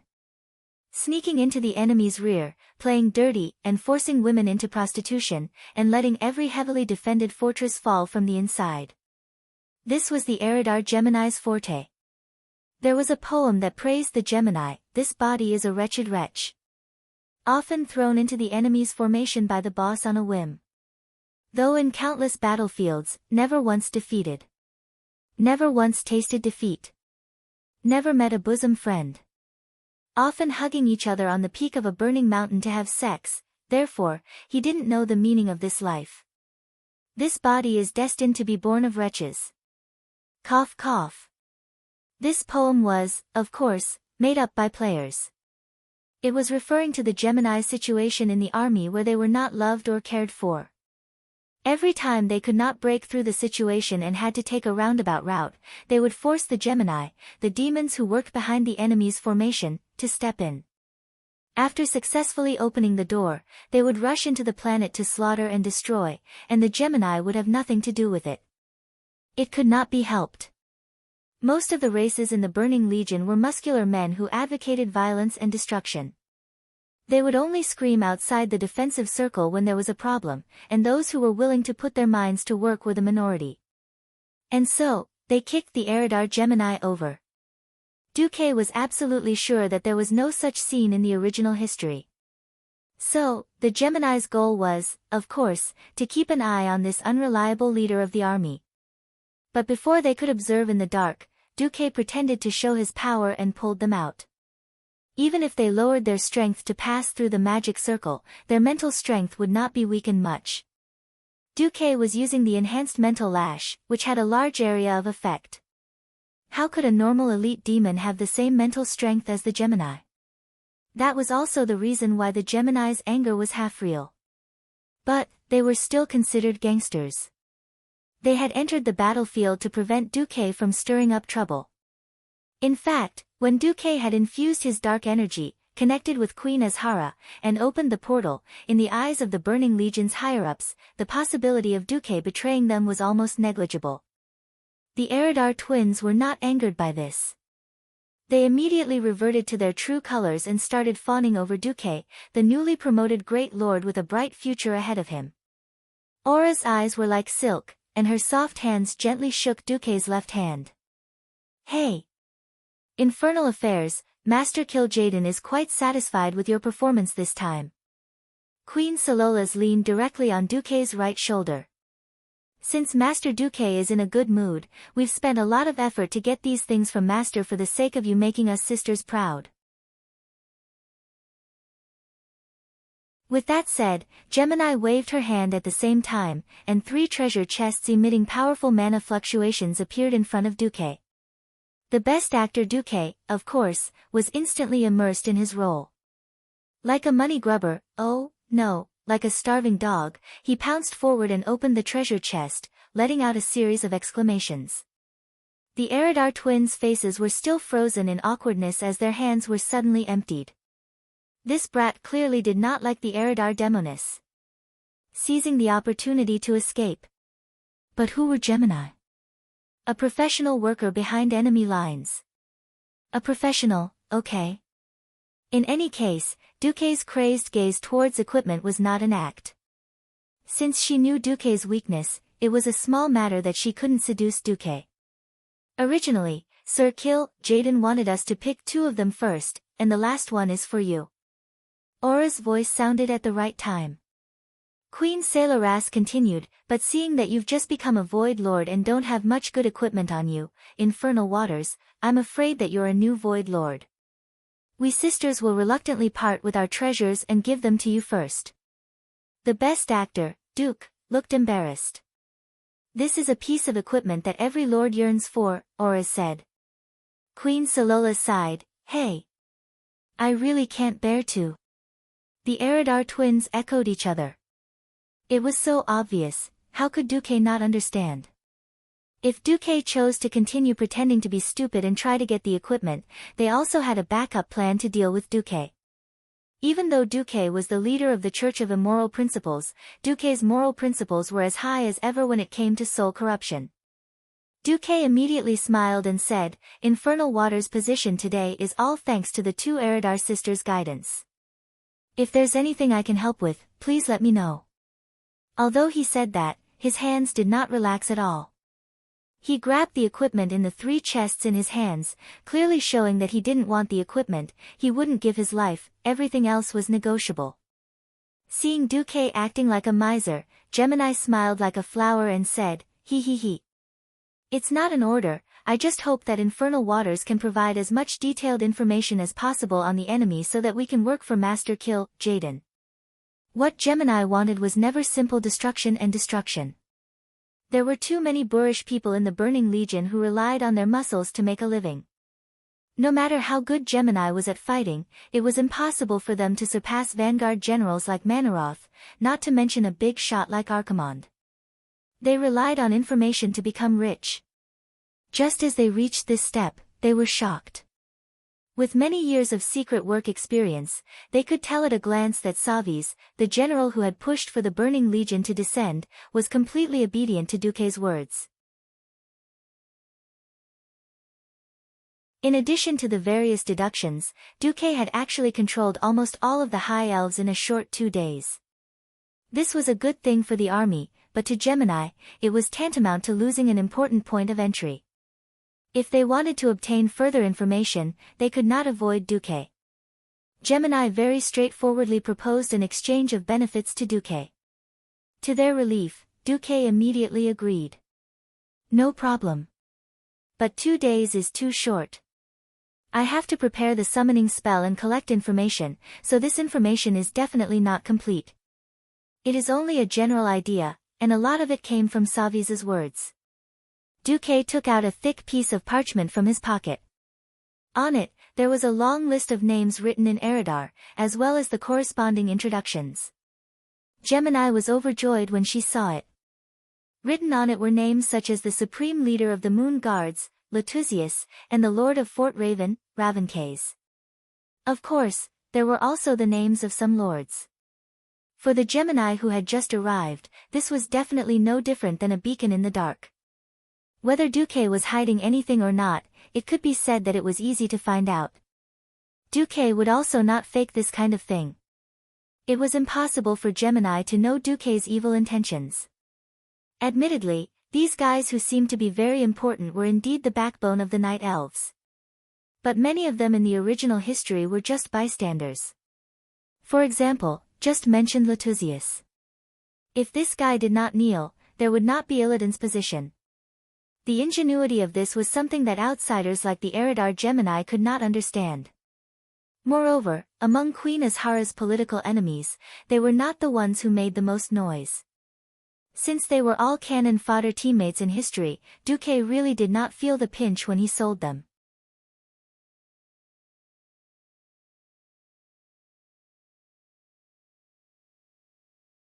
Chapter 1020. Sending the information was just a basic exchange. This level of information was definitely not enough to exchange for Kill Jaden's treasures. Duque also sent dozens of gossip, one of which was, one of the important leaders of the Elune Sisterhood, Tyrande, was in a love triangle with the Stormrage brothers. As the first disciple of the demigod Cenarius, Malfurion Stormrage, who had a great influence in the Naturals, had the upper hand in this love competition. Illidan Stormrage, who had basically failed, joined the Moon Guard. For a demon who specialized in tricking people into falling, a single dog like Illidan who was frustrated in love was the best target. Only Duque knew how crazy Illidan's infatuation with Tyrande was. At this point, Duque had secretly buried a nail that could change the entire situation of the battle. The highlight was naturally at the end. Noticing that the Gemini were willing to reduce their strength from a standard lord to an elite demon, Duque enthusiastically recommended his new invention to the Gemini, a dark magic circuit system engraved on the surface of the skin. This method of increasing the magic circuit in a disguised form made Gemini's heart beat faster. Moreover, this was a magic circuit powered by dark energy. The Gemini really could not find a reason to refuse. But the Gemini was very careful. Just let Sailoras inscribe the dark energy circuit. Both you and she are of the shadow attribute, so the amplification will be greater. The high-grade warlock Orisis who specialized in fire magic used a very legitimate reason to only let Sailoras inscribe. I see. You guys can decide. With a calm and indifferent expression, Duque engraved a set of magic circuit inscriptions on Queen Salora's smooth back. The effect of Duque's personal work was so good that even Orisis was a little envious.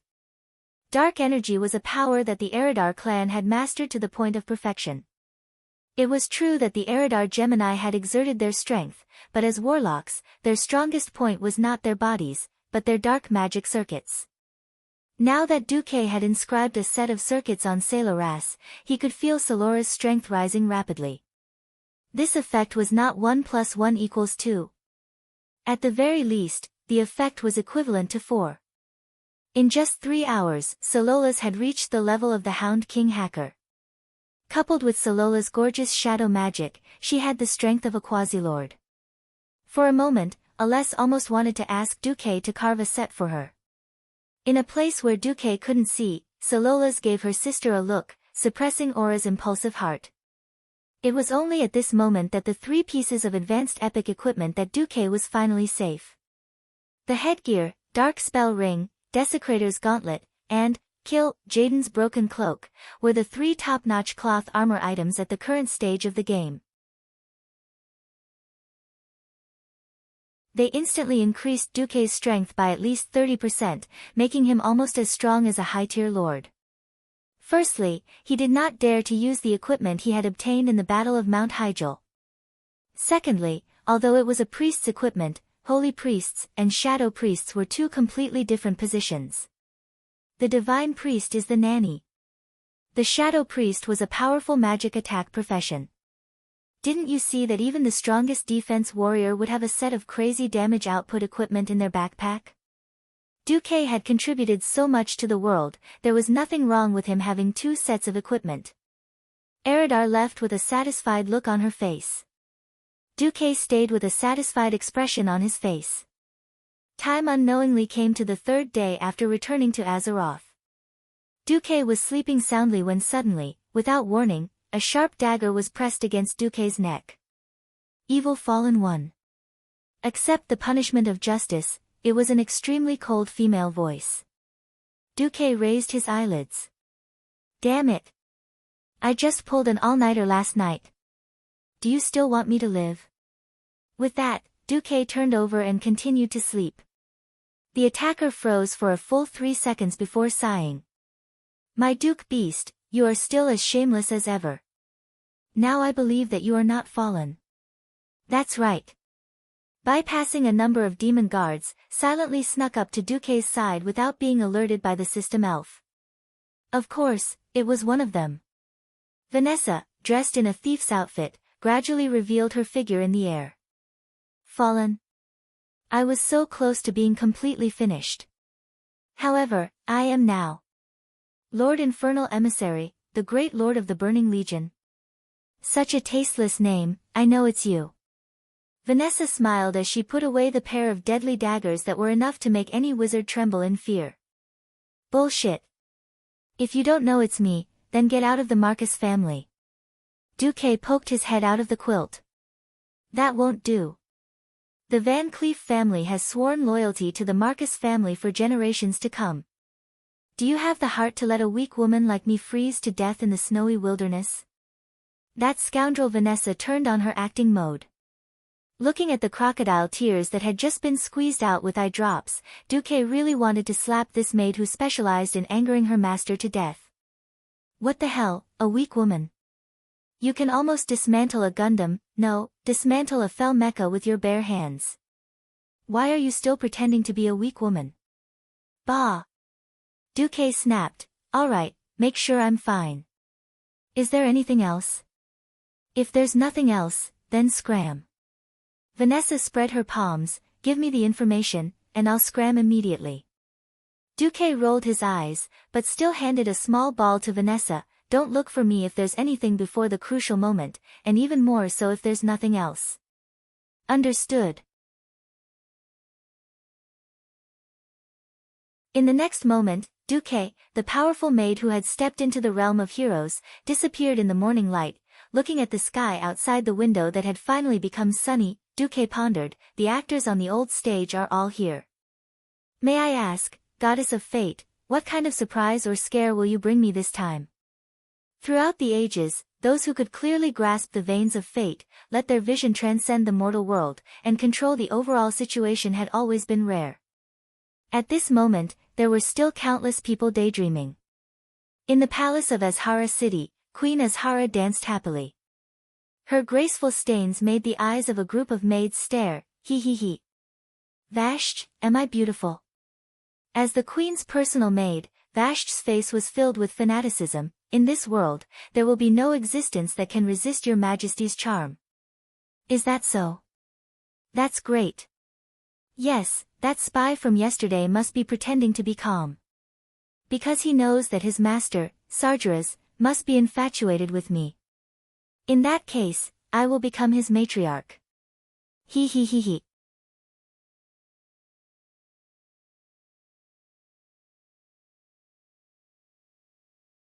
Chapter 1021. Every being had the right to daydream, but only 1 in a million could turn a seemingly unreachable dream into reality. Duque didn't know how stupid Queen Azhara had to be so sure that she could make Sargeras fall head over heels for her. Anyway, he had no obligation to save these self-proclaimed nobles among the elves, nor did he plan to reverse this 10,000-year-old history. If things went awry, the Night Elves' hegemony on the continent would be permanent, and there would be nothing left for humans after 10,000 years. Then wouldn't the empire, harem, that Du had built up be ruined? Are you kidding me? Since the High Elves want to die, I won't stop them. Thus, Duque became the Great Void Lord of the Burning Legion with a peace of mind. However, in order to prevent himself from getting too into character and causing the Night Elves to fall, Duque still did his homework. Less than half an hour after Vanessa left Duque's side, Tyrande received a magical image that made her tremble both physically and mentally. Under the summons of Savis and the other elven arcanists, a huge three-dimensional magic formation was activated. Hundreds and thousands of demon soldiers lined up neatly and walked out of the portal. Burly bodies, muscles full of violent beauty, sharp and hard fangs and claws. All of the above almost made Tyrande faint. An unprecedented sense of danger filled her and Malfurion's hearts. Mr. Roddick, Miss Vanessa, please repeat what you know. This is very important. Ronan, who went by the alias Roddick, and Vanessa, who basically didn't appear in the Battle of Mount Hyjal, both appeared before Tyrande and Malfurion after putting on makeup. The Burning Legion's invasion is unavoidable. Most of the nobles in Caldori have already become the Burning Legion's minions. War is about to break out. I don't know the exact time of war, but I'm sure it's very near, Ronan said with absolute certainty. Malfurion, however, noticed another detail. This magical image is very magical and very stable. I can't imagine how they managed to bypass the detection of so many great arcanists and complete the recording. Miss Vanessa, can you explain? I won't hide it from you. Roddick's teacher, who is also my master, is currently in the enemy's formation and is in a high position. However, we are unable to fully trust you, nor can we tell you his current identity. Please forgive us. However, the authenticity of this information is extremely high, so please be prepared and stop fantasizing about Queen Azhara. Because she is one of the masterminds behind the Burning Legion. The two Night Elves clenched their fists. Even though Roland had long since known that the noble High Elves were crazily obsessed with the arcane arts, attracting the most terrifying demon army in the universe in order to obtain even greater power was no different from self-destruction. I'm going to find Cenarius. Malfurion rose. I'll talk to Elune, then contact the various lords. Tyrande's face was ashen. At this time, Luo Ning suddenly said, actually, one of our companions has already contacted the dragons. Dragon race? Tyrande and Tyrande exclaimed in shock. To the ancient Night Elves, the dragons were a race that was both very close and very distant. The dragons, who guarded the world, rarely interacted with other races. However, any intelligent race would know how powerful the dragons were. Yes. Luo Ning said solemnly. Impossible. As long as it was immortal, once they stepped into the Dragon Clan's territory, they would be burned to ashes. The Dragon Clan would not give anyone a chance to explain themselves. Call your companion back immediately. Malfurion said anxiously. Luo Ning shook his head. It's fine. My companion's identity is a little special. He will definitely succeed in convincing the dragons. Crassus was also a red dragon. As the saying went, don't talk to your own people. The dragon's breath would never land on Crassus. In any case, this was a little secret. Tyrande and Tyrande heaved a sigh of relief. Tyrande said, if the dragons join us, Luo Ning interrupted her with the words I'm going to win, no. Even if all the 5 color dragons come together, they might not be able to defeat the Burning Legion. All we can do is avoid collapsing right from the start. As for the opportunity to win, we need to look for it seriously. Tyrande and Tyrande's faces paled. They couldn't help but raise their guard against this unknown Burning Legion. Tyrande spoke resolutely, we will prepare to the fullest extent possible for this war. Malfurion said, "I'll have to trouble you to help with the rest." Luo Ning and Vanessa nodded at the same time. In fact, Luo Ning sighed too. He was also very helpless about this time's transmigration. On one hand, the information he had gathered was limited. Nozdormu had forbidden them from coming into contact with the Night Elves, saying that it might cause an irreversible change in history. This made it difficult for Luo Ning to follow the main storyline of the ancient war even if he wanted to. After all, as far as Luo Ning knew, only Tyrant and Malfurion were still alive after the ancient war. However, they were not allowed to come into contact with them. As for the ancient war, Luo Ning had flipped through the incomplete records and history books that the Dalijan had salvaged, but he could only find a bunch of vague fragments. He roughly knew that the Burning Legion had come once 10,000 years ago. Then, the Earth aspect dragon, Neltharion, betrayed them and blew up the Well of Eternity for some unknown reason, destroying the ancient Kalimdor continent and sending the Burning Legion back to their homeland. As for how it became like this, he had no idea, nor could he verify it. Most of the information humans had about the ancient war came from the High Elves. In this period of history, there was naturally no lack of High Elves trying to flatter themselves. The only thing he could be sure of was that Anastrian Sunstrider's father, Dasrima, had participated in the war, and his role seemed to be a little dishonorable. He was completely at a loss for the rest. On the other hand, he felt that his master, Duque, knew a lot of information that he didn't, but Duque refused to say it no matter what. Now, the biggest trump card of the Azeroth coalition army was undoubtedly Duque, who had become the Burning Legion's Void Lord. Looking at the backs of Tyrant and Malfurion leaving, Luo Ning sighed. With Master's character and intelligence, he probably won't stop until he makes the Burning Legion bleed. Vanessa shrugged her shoulders, looking as if she was about to die. I'm also very helpless to have such a master. Right, what should we do now? You're tuning in to the Blissful Bookshelf YouTube channel. We're so grateful for your support and don't forget to subscribe to join us on this incredible journey through captivating stories. Your generosity through donations truly makes a world of difference, as it's the primary source of revenue that allows me to expand and enhance this channel for you. Thank you from the bottom of my heart for being a part of this adventure.